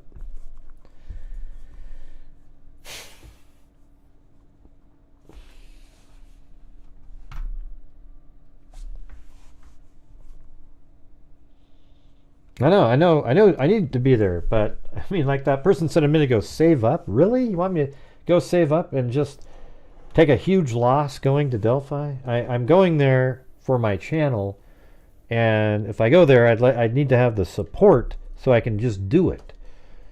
I mean, I hope you guys understand that shit.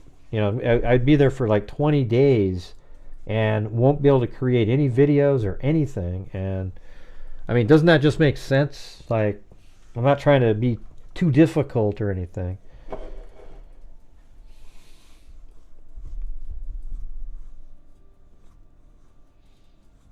Hello.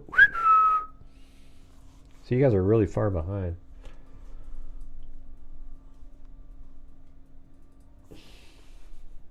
Jesus pays members. What does that mean? I didn't even see that one, but that comment said Jesus pays members. What is that? This one right here. Does anybody know what that meant?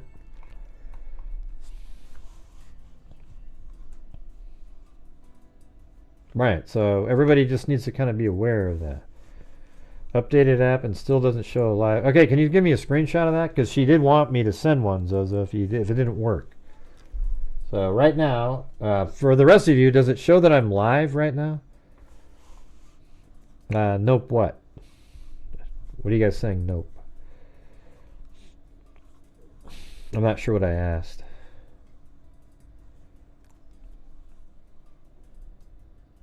I don't know what that means. Oh, you're saying no, it doesn't look live, KK? Is that what you're saying? Oh, note the Jesus comment meant. Yeah, I don't know what it means either. Okay. You guys mind? Let me get to this thing, though. All right? I mean, this is really interesting stuff. So remember, okay, again, on March 21st, he accepted Jesus. Then he realized that he needs to confess to, square things with God, so hopefully he can be in heaven with everybody else in his family. He gave over 60 direct confessions. Some confessions are specific, and only the killer would know. Hey, thanks, Hypnotio Stream. With the red dot, but for the longest time weird. Huh. Right, and then it says, after Richard Allen called his wife Kathy Allen and mother after he found Jesus, they were extremely upset with him because he confessed to them. Mother was telling Richard Allen, they're messing with your mind. Jesus, what a joke. Really? Kathy Allen said, stop talking. I'm going to call Brad Rosie. Brad is one of Richard Allen's attorneys. She actually hung up the phone to call Brad. Like, she just hung it up on him and called Brad really quick. In other calls, he would bring up the fact that he was guilty of the crime he was charged with. They would try and change the subject with him. And they would just say, you don't know what you're saying. So on other phone calls, he kept doing it all the time. I know. Well, that would have been great if Court TV would have used me, but they're actually using one of, like, an attorney that's pro Richard Allen. It's bizarre. You know, it's like, oh man. Or no, they're not. Well, that's one of their people, but the other one is, you know, she's been around. She thinks that Ron Logan's the killer.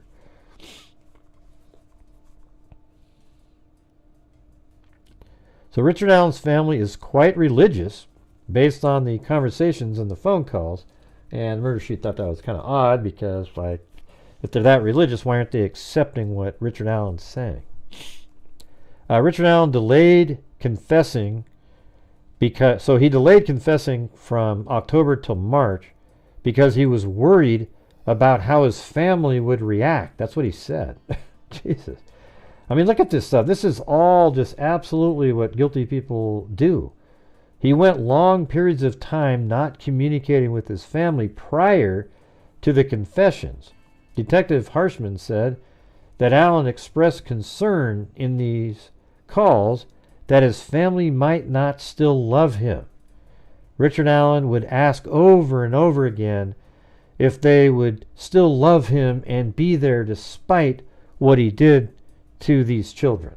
Isn't this interesting, though? I mean, it's way more interesting than what the newspaper put out there, right? And Becky, I talked to Becky today, and she's the one that said, you gotta probably watch those because they went and put down all the notes. I don't know, Zozo. I have no clue what that means. Yes, Jesus died for sins and membership fees. Oh, I didn't even understand that one either. I didn't even see it. Is that a new one? Yes, Jesus died for his sins and membership fees. Gosh, I have no idea what that means, man.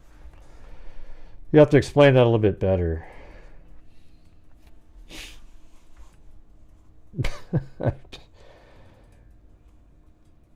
Isn't that amazing, though, you guys? He would ask over and over again if they would still love him. And this is all the audio recordings that he was analyzing. He'd say, would you guys still love me despite that I killed the kids? Jesus. Then on November 2022, this is before that, he tells Kathy Allen, if this all becomes too much for you, I will talk to the detectives and tell them what... actually, the real statement was, if this becomes too much for you, I will talk to the detectives and tell them everything I know. Isn't that amazing? So he said that in November, right after he was put in prison. He said, if this becomes too much, I'll tell them everything. And then Richard Allen, have you guys already heard all this? Because you seem disinterested. There isn't very few comments related to what I'm talking about here. It's actually really interesting if you just pay attention. Richard Allen expressed concern how the family would react once his family saw the crime scene photos at trial. Okay. Well, once Richard Allen's family began to act negatively towards what he was saying, the confession slowed down. His family rejected what he was saying, and over time, he goes from confessing a lot to slowing down from April to June. So, so once Richard Allen's family began to act negatively towards what he was saying, the confession slowed down. His family rejected what he was saying, and over time, he goes from confessing a lot to slowing down from April a lot to June, like slowing down quite a bit in June.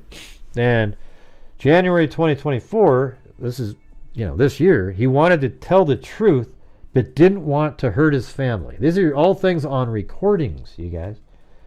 Then in February, he indicated to a corrections guard and apologized for killing Abby, But he only said Abby. He didn't say Libby in that message, or whatever he said to that person.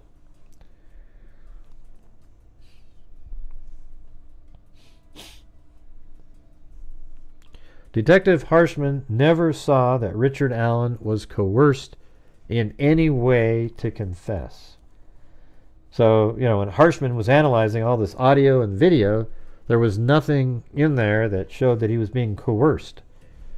Richard Allen feels he is being tortured in prison because of the lights, they're on all the time, and other prisoners are loud. I mean, Jesus, that would suck, but at the same time, everybody has that. Guards believe Richard Allen was faking his extreme behaviors. Brad Rosie tried to cross-examine, he tried to cross-examine this Harshman guy, but failed in his attempts. He was arguing about how Richard Allen had no privacy, which is true for criminals unless meeting with attorneys. So Rosie's like, he doesn't have any privacy, you bastards. And he's like, right, because he's a criminal. They don't have privacy unless he's talking to his attorney. Rosie discussed the November 2022 and tried to suggest that was just a chivalrous. Okay, so listen to this. So you remember up there the November 2022? Listen to this. He tells Kathy Allen, if this all becomes too much for you, I will talk to the detectives and tell them everything I know. And then Rosie asked this guy, or he suggested to this person, hey, he was just being chivalrous in an attempt to spare the wife. Give me a break. He's just going, oh, yeah, everything's fine, Yeah, I'm just doing it because I want her to, I didn't do anything. I'll tell them something because I don't want her to suffer. And let's see, Jerry Holman was on the stand, I guess. Holman said that once they started getting indications that Richard Allen was confessing, they wanted to get more of the digital information and videotapes. Rosie asked Holman if he ever investigated information that was stated by Richard Allen in the confessions. So, Rosie asked him, hey, some of that stuff he's saying, did you ever look into it? Holman said that in one of the confessions, this one's interesting, Richard Allen identified the murder weapon as a box cutter from CVS Pharmacy and tossed it into a dumpster at the CVS Pharmacy that he worked at after the murders. Holman talked to friends of Richard Allen's daughter. Isn't that weird? So something he said, and Holman starts asking questions of Richard Allen's daughter. And isn't that interesting? Because she's somebody that we've stated could be somebody that's involved with the prosecution side of the case. Maybe even, something related to her is what led to the tip to re-look at Richard Allen.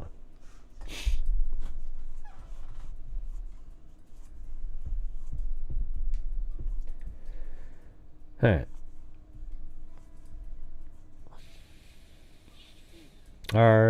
Are they recording calls with lawyers? So all the calls are being recorded, and they said no. There's a system called GTL, and it will not record calls made by specific phone numbers. For example, his attorneys. Those are private and not recorded. So there you go. All right. Then psychologist Dr. Monica Walla, she works at Westville since 2017 and treated Richard Allen. She heard confessions from Richard Allen. This lady's going to piss you guys off, though. Richard Allen was placed on suicide watch before he even arrived. At some point, Richard Allen was off suicide watch, and he adjusted to his situation. Hey, thanks, Lois Vanderwood. Or Vanderwood. That's probably like Lois Vanderwood. Was that even close? Hey, thanks, Mrs. Wild. Appreciate it.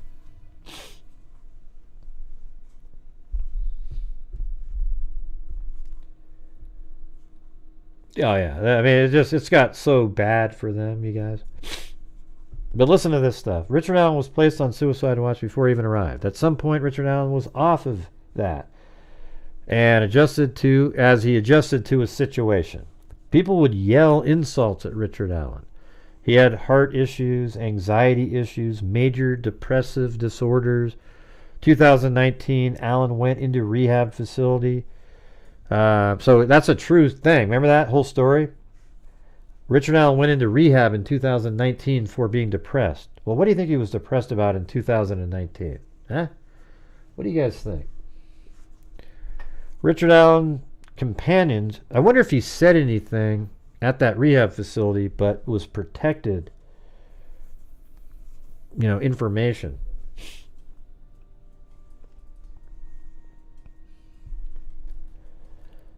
Yeah. And then it says Richard Allen's companions, so he had like these cellmate companions, shared stuff about Richard Allen with family members, etc. When Richard Allen got therapy, it was outside of his cell in another cell that was only 3 by 3. So I don't know if it means he could just sit there quietly or something. The psychologist gave him a book. It's called Man's Search for Meaning.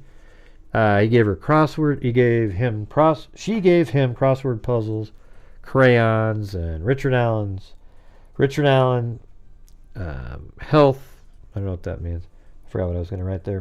March 2023. Richard Allen said he wasn't feeling. Oh, that's just a title for my section.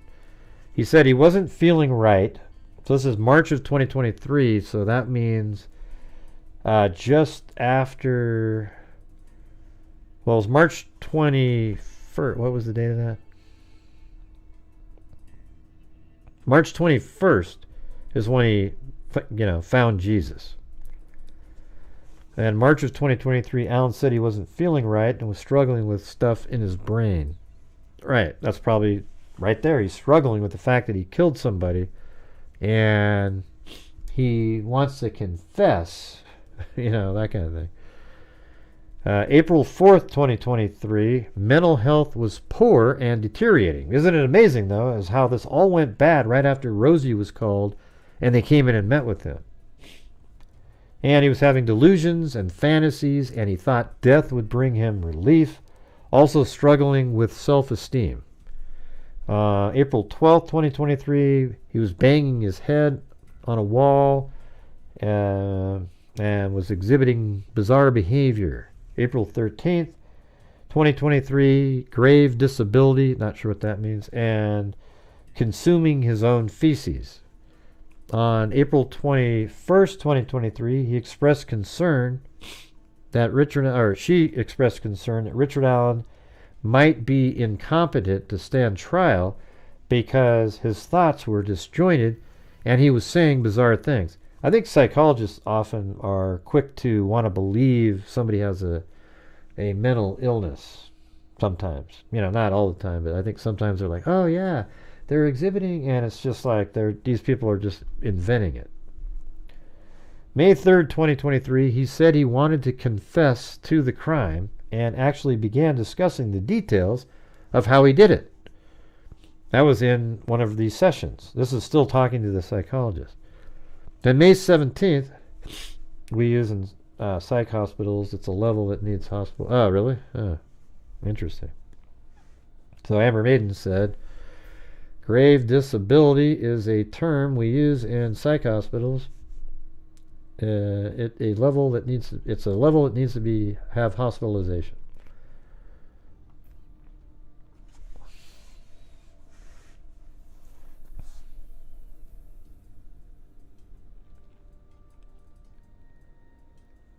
Okay, May 3rd, he said he wanted to confess, and he began to confess. May 17th, 2023, he exhibited increase in his disorganized thinking. So, wow, miraculously, a month later, he's just totally normal.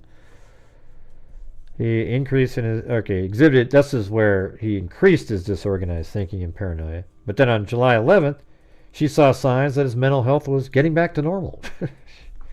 Okay. She thought he was faking his symptoms at times, or, there's a temporary psychosis.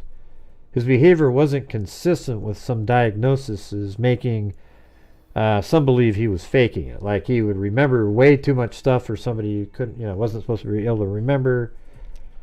Rosie asked Walla about following. So here's the thing: is this Rosie, the defense attorney, asked Walla, the psychologist, about following social media and true crime.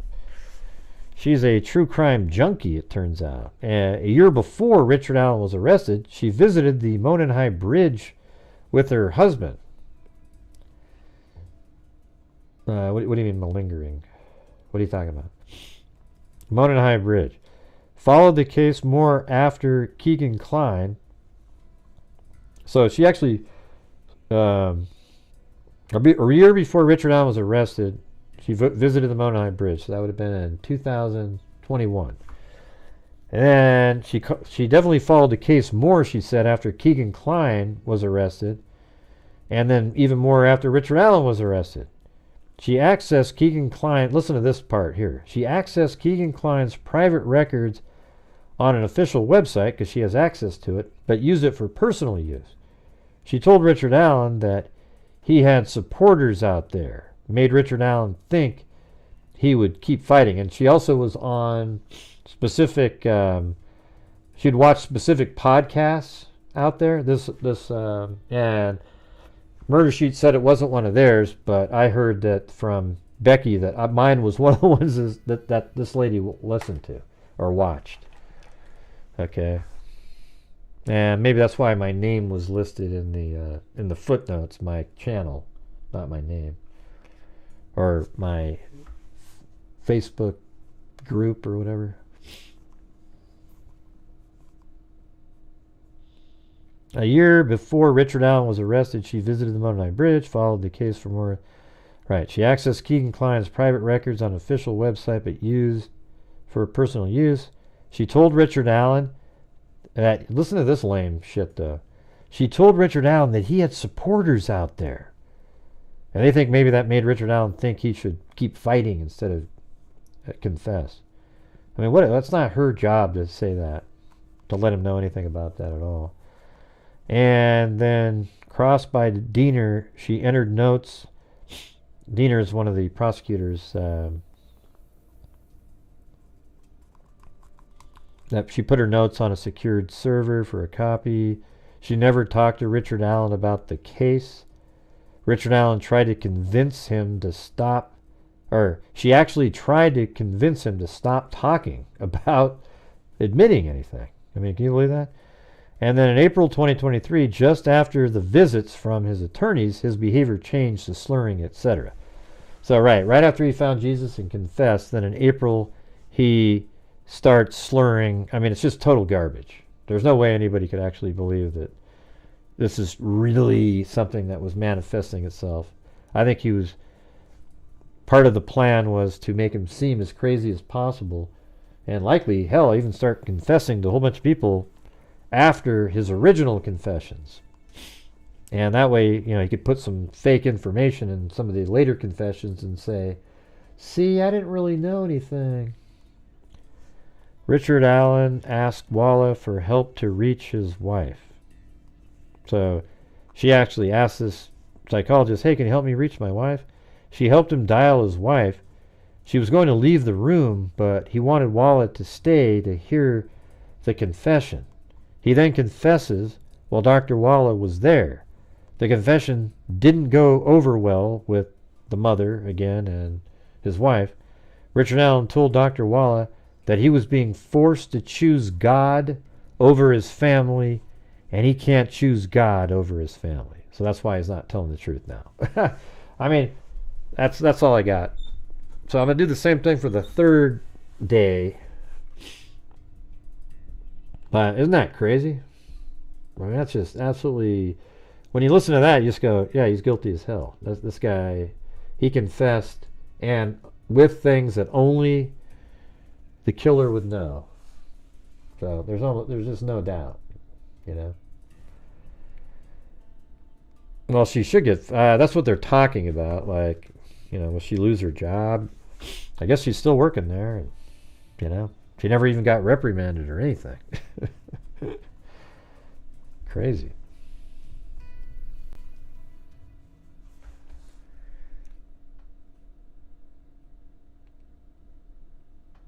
Yeah. I get so tired of the use of the word narcissist. I think there's, people just jump onto that one and attach it to everybody. Richard Allen is not a narcissist. Okay, I'll just tell you that right now. He's not a narcissist. All right, 100%. About the confessions, definitely screams guilty conscious to me. I'm playing catch up, but I don't think he'd get any more privacy in jail than he would in prison. Right. It's exactly the same. That's what they told. That's what they said in the podcast. That jail is no different. You still get everything's recorded except when you're talking to your attorney. Yeah, Richard Allen seems like just a. I don't even. Shit. What would you call him, Amber? I don't even know what the hell that guy is. He just seems like an incel wacko. Just I don't know. I don't even know what you call him. He definitely isn't a narcissist, though. Yeah, crybaby pedo that is. All right, there you go. Not that that's an official diagnosis or anything. Well, I'll tell you what. We've already given away 5 memberships, but if you guys do another 32, I'll do 5 more. How's that sound? Is that a possibility? We'll have 11 new channel members. I don't have enough info to guess a diagnosis. Well, just looking at him,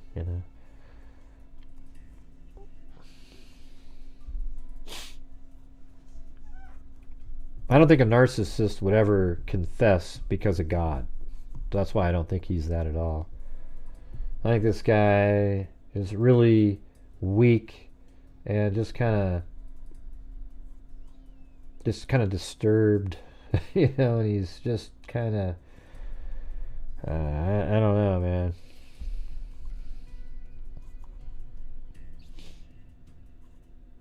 Like he confessed, but then he said, I can't put God over my family.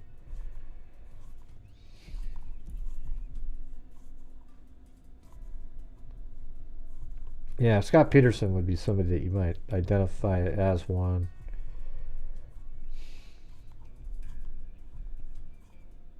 I don't know what you'd call Koberger. Maybe he'd be one. But I think he's kind of like more of a sociopath, psycho type, just.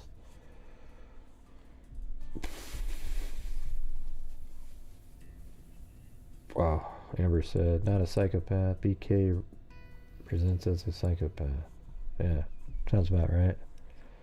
Hey, look at that. There's Critter Lover Jesse. We're now at 27 away from 5 more. I know you guys aren't getting anything, but at least I'm being able to give away memberships.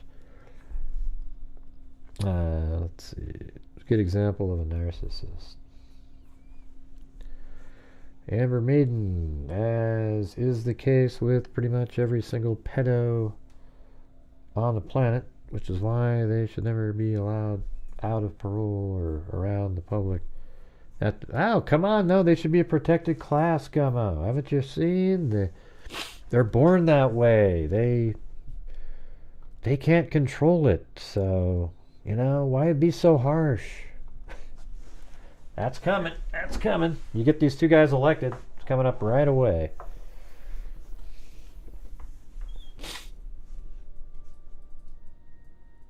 No, well, that's what the literature is. They are, Gummo.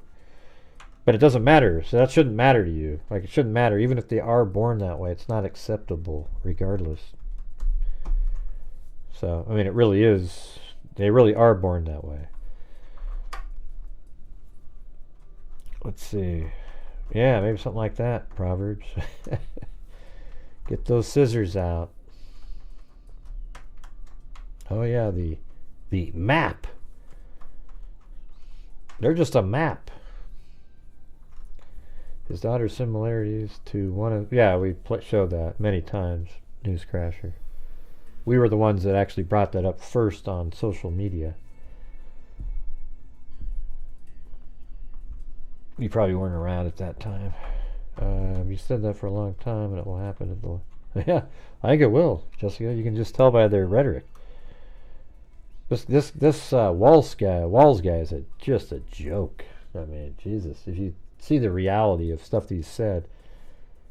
And that's what I keep telling people. It's the scary part is how the media tries to completely change the narrative on society. It's wild.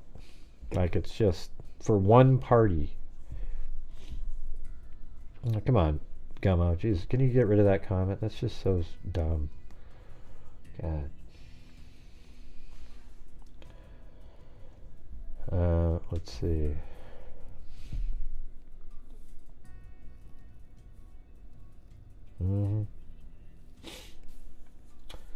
But anyways, I'm sure some people will be happy if, you know,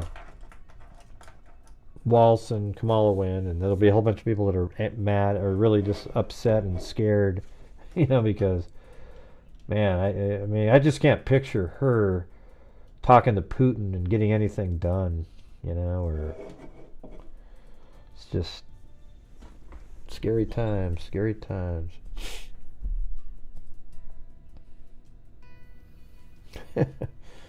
Yeah. Well, I was hoping to get to that next one. 27 short. We get there, we get 5 more memberships. We got how much time we got? We have maybe, I don't know. I'm gonna try to get off here maybe in 20 minutes or so.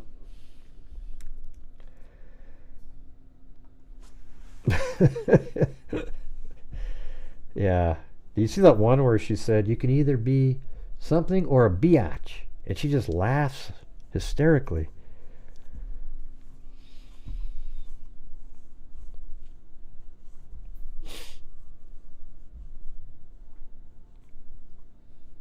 But this isn't my political channel.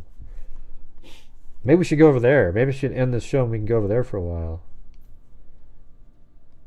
Yeah, and by the way, he's not even technically a pedophile, Richard Allen. That's not, he would be classified at whatever that next level up is, but.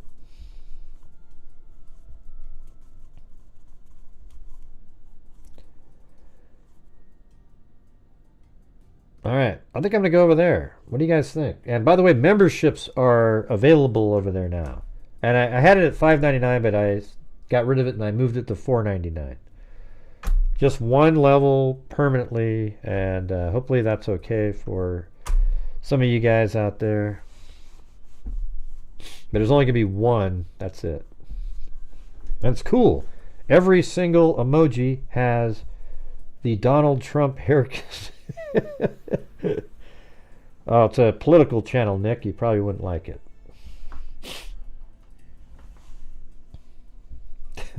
Yeah, I mean, it was Zozo's idea, but it actually made it easy too. Because it was like, oh shit, I could put anything on here. Yeah. All right. Anyways, we'll see you guys over there in a minute.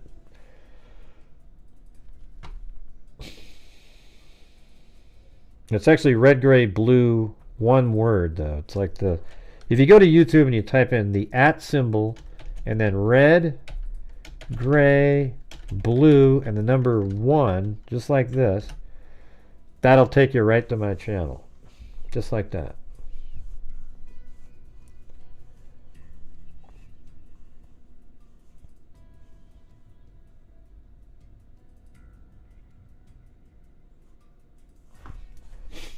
All right. Well, thank you guys very much for getting the goal, and yeah. Let's see. Wendy Van Rokel, Amy Moore, Allie Cake, Amber Maiden. Let's see.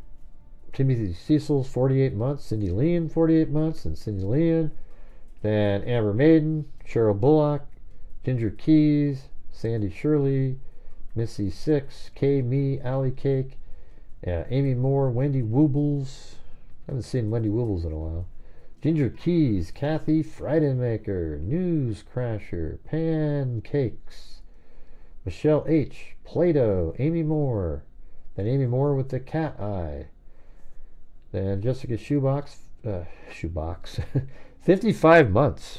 Man, that's one of the highest ones, I think. Is there anybody much higher than that? I mean, that's 55 months.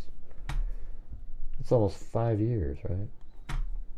Then Amber Maiden with the cat eye and Amy Moore with the cat eye, and then Hypnotio Stream,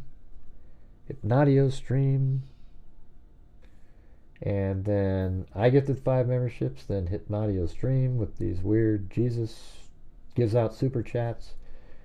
Then Lois Vandervood. What did she say when I gotta go up now? I gotta go find that. What was her reply? Did I even say it right at all? And then Mrs. Wild.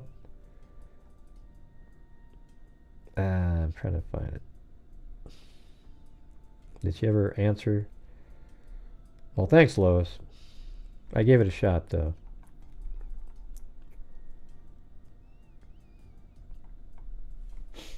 Yeah, and then Mrs. Wild and Critter Lover Jesse.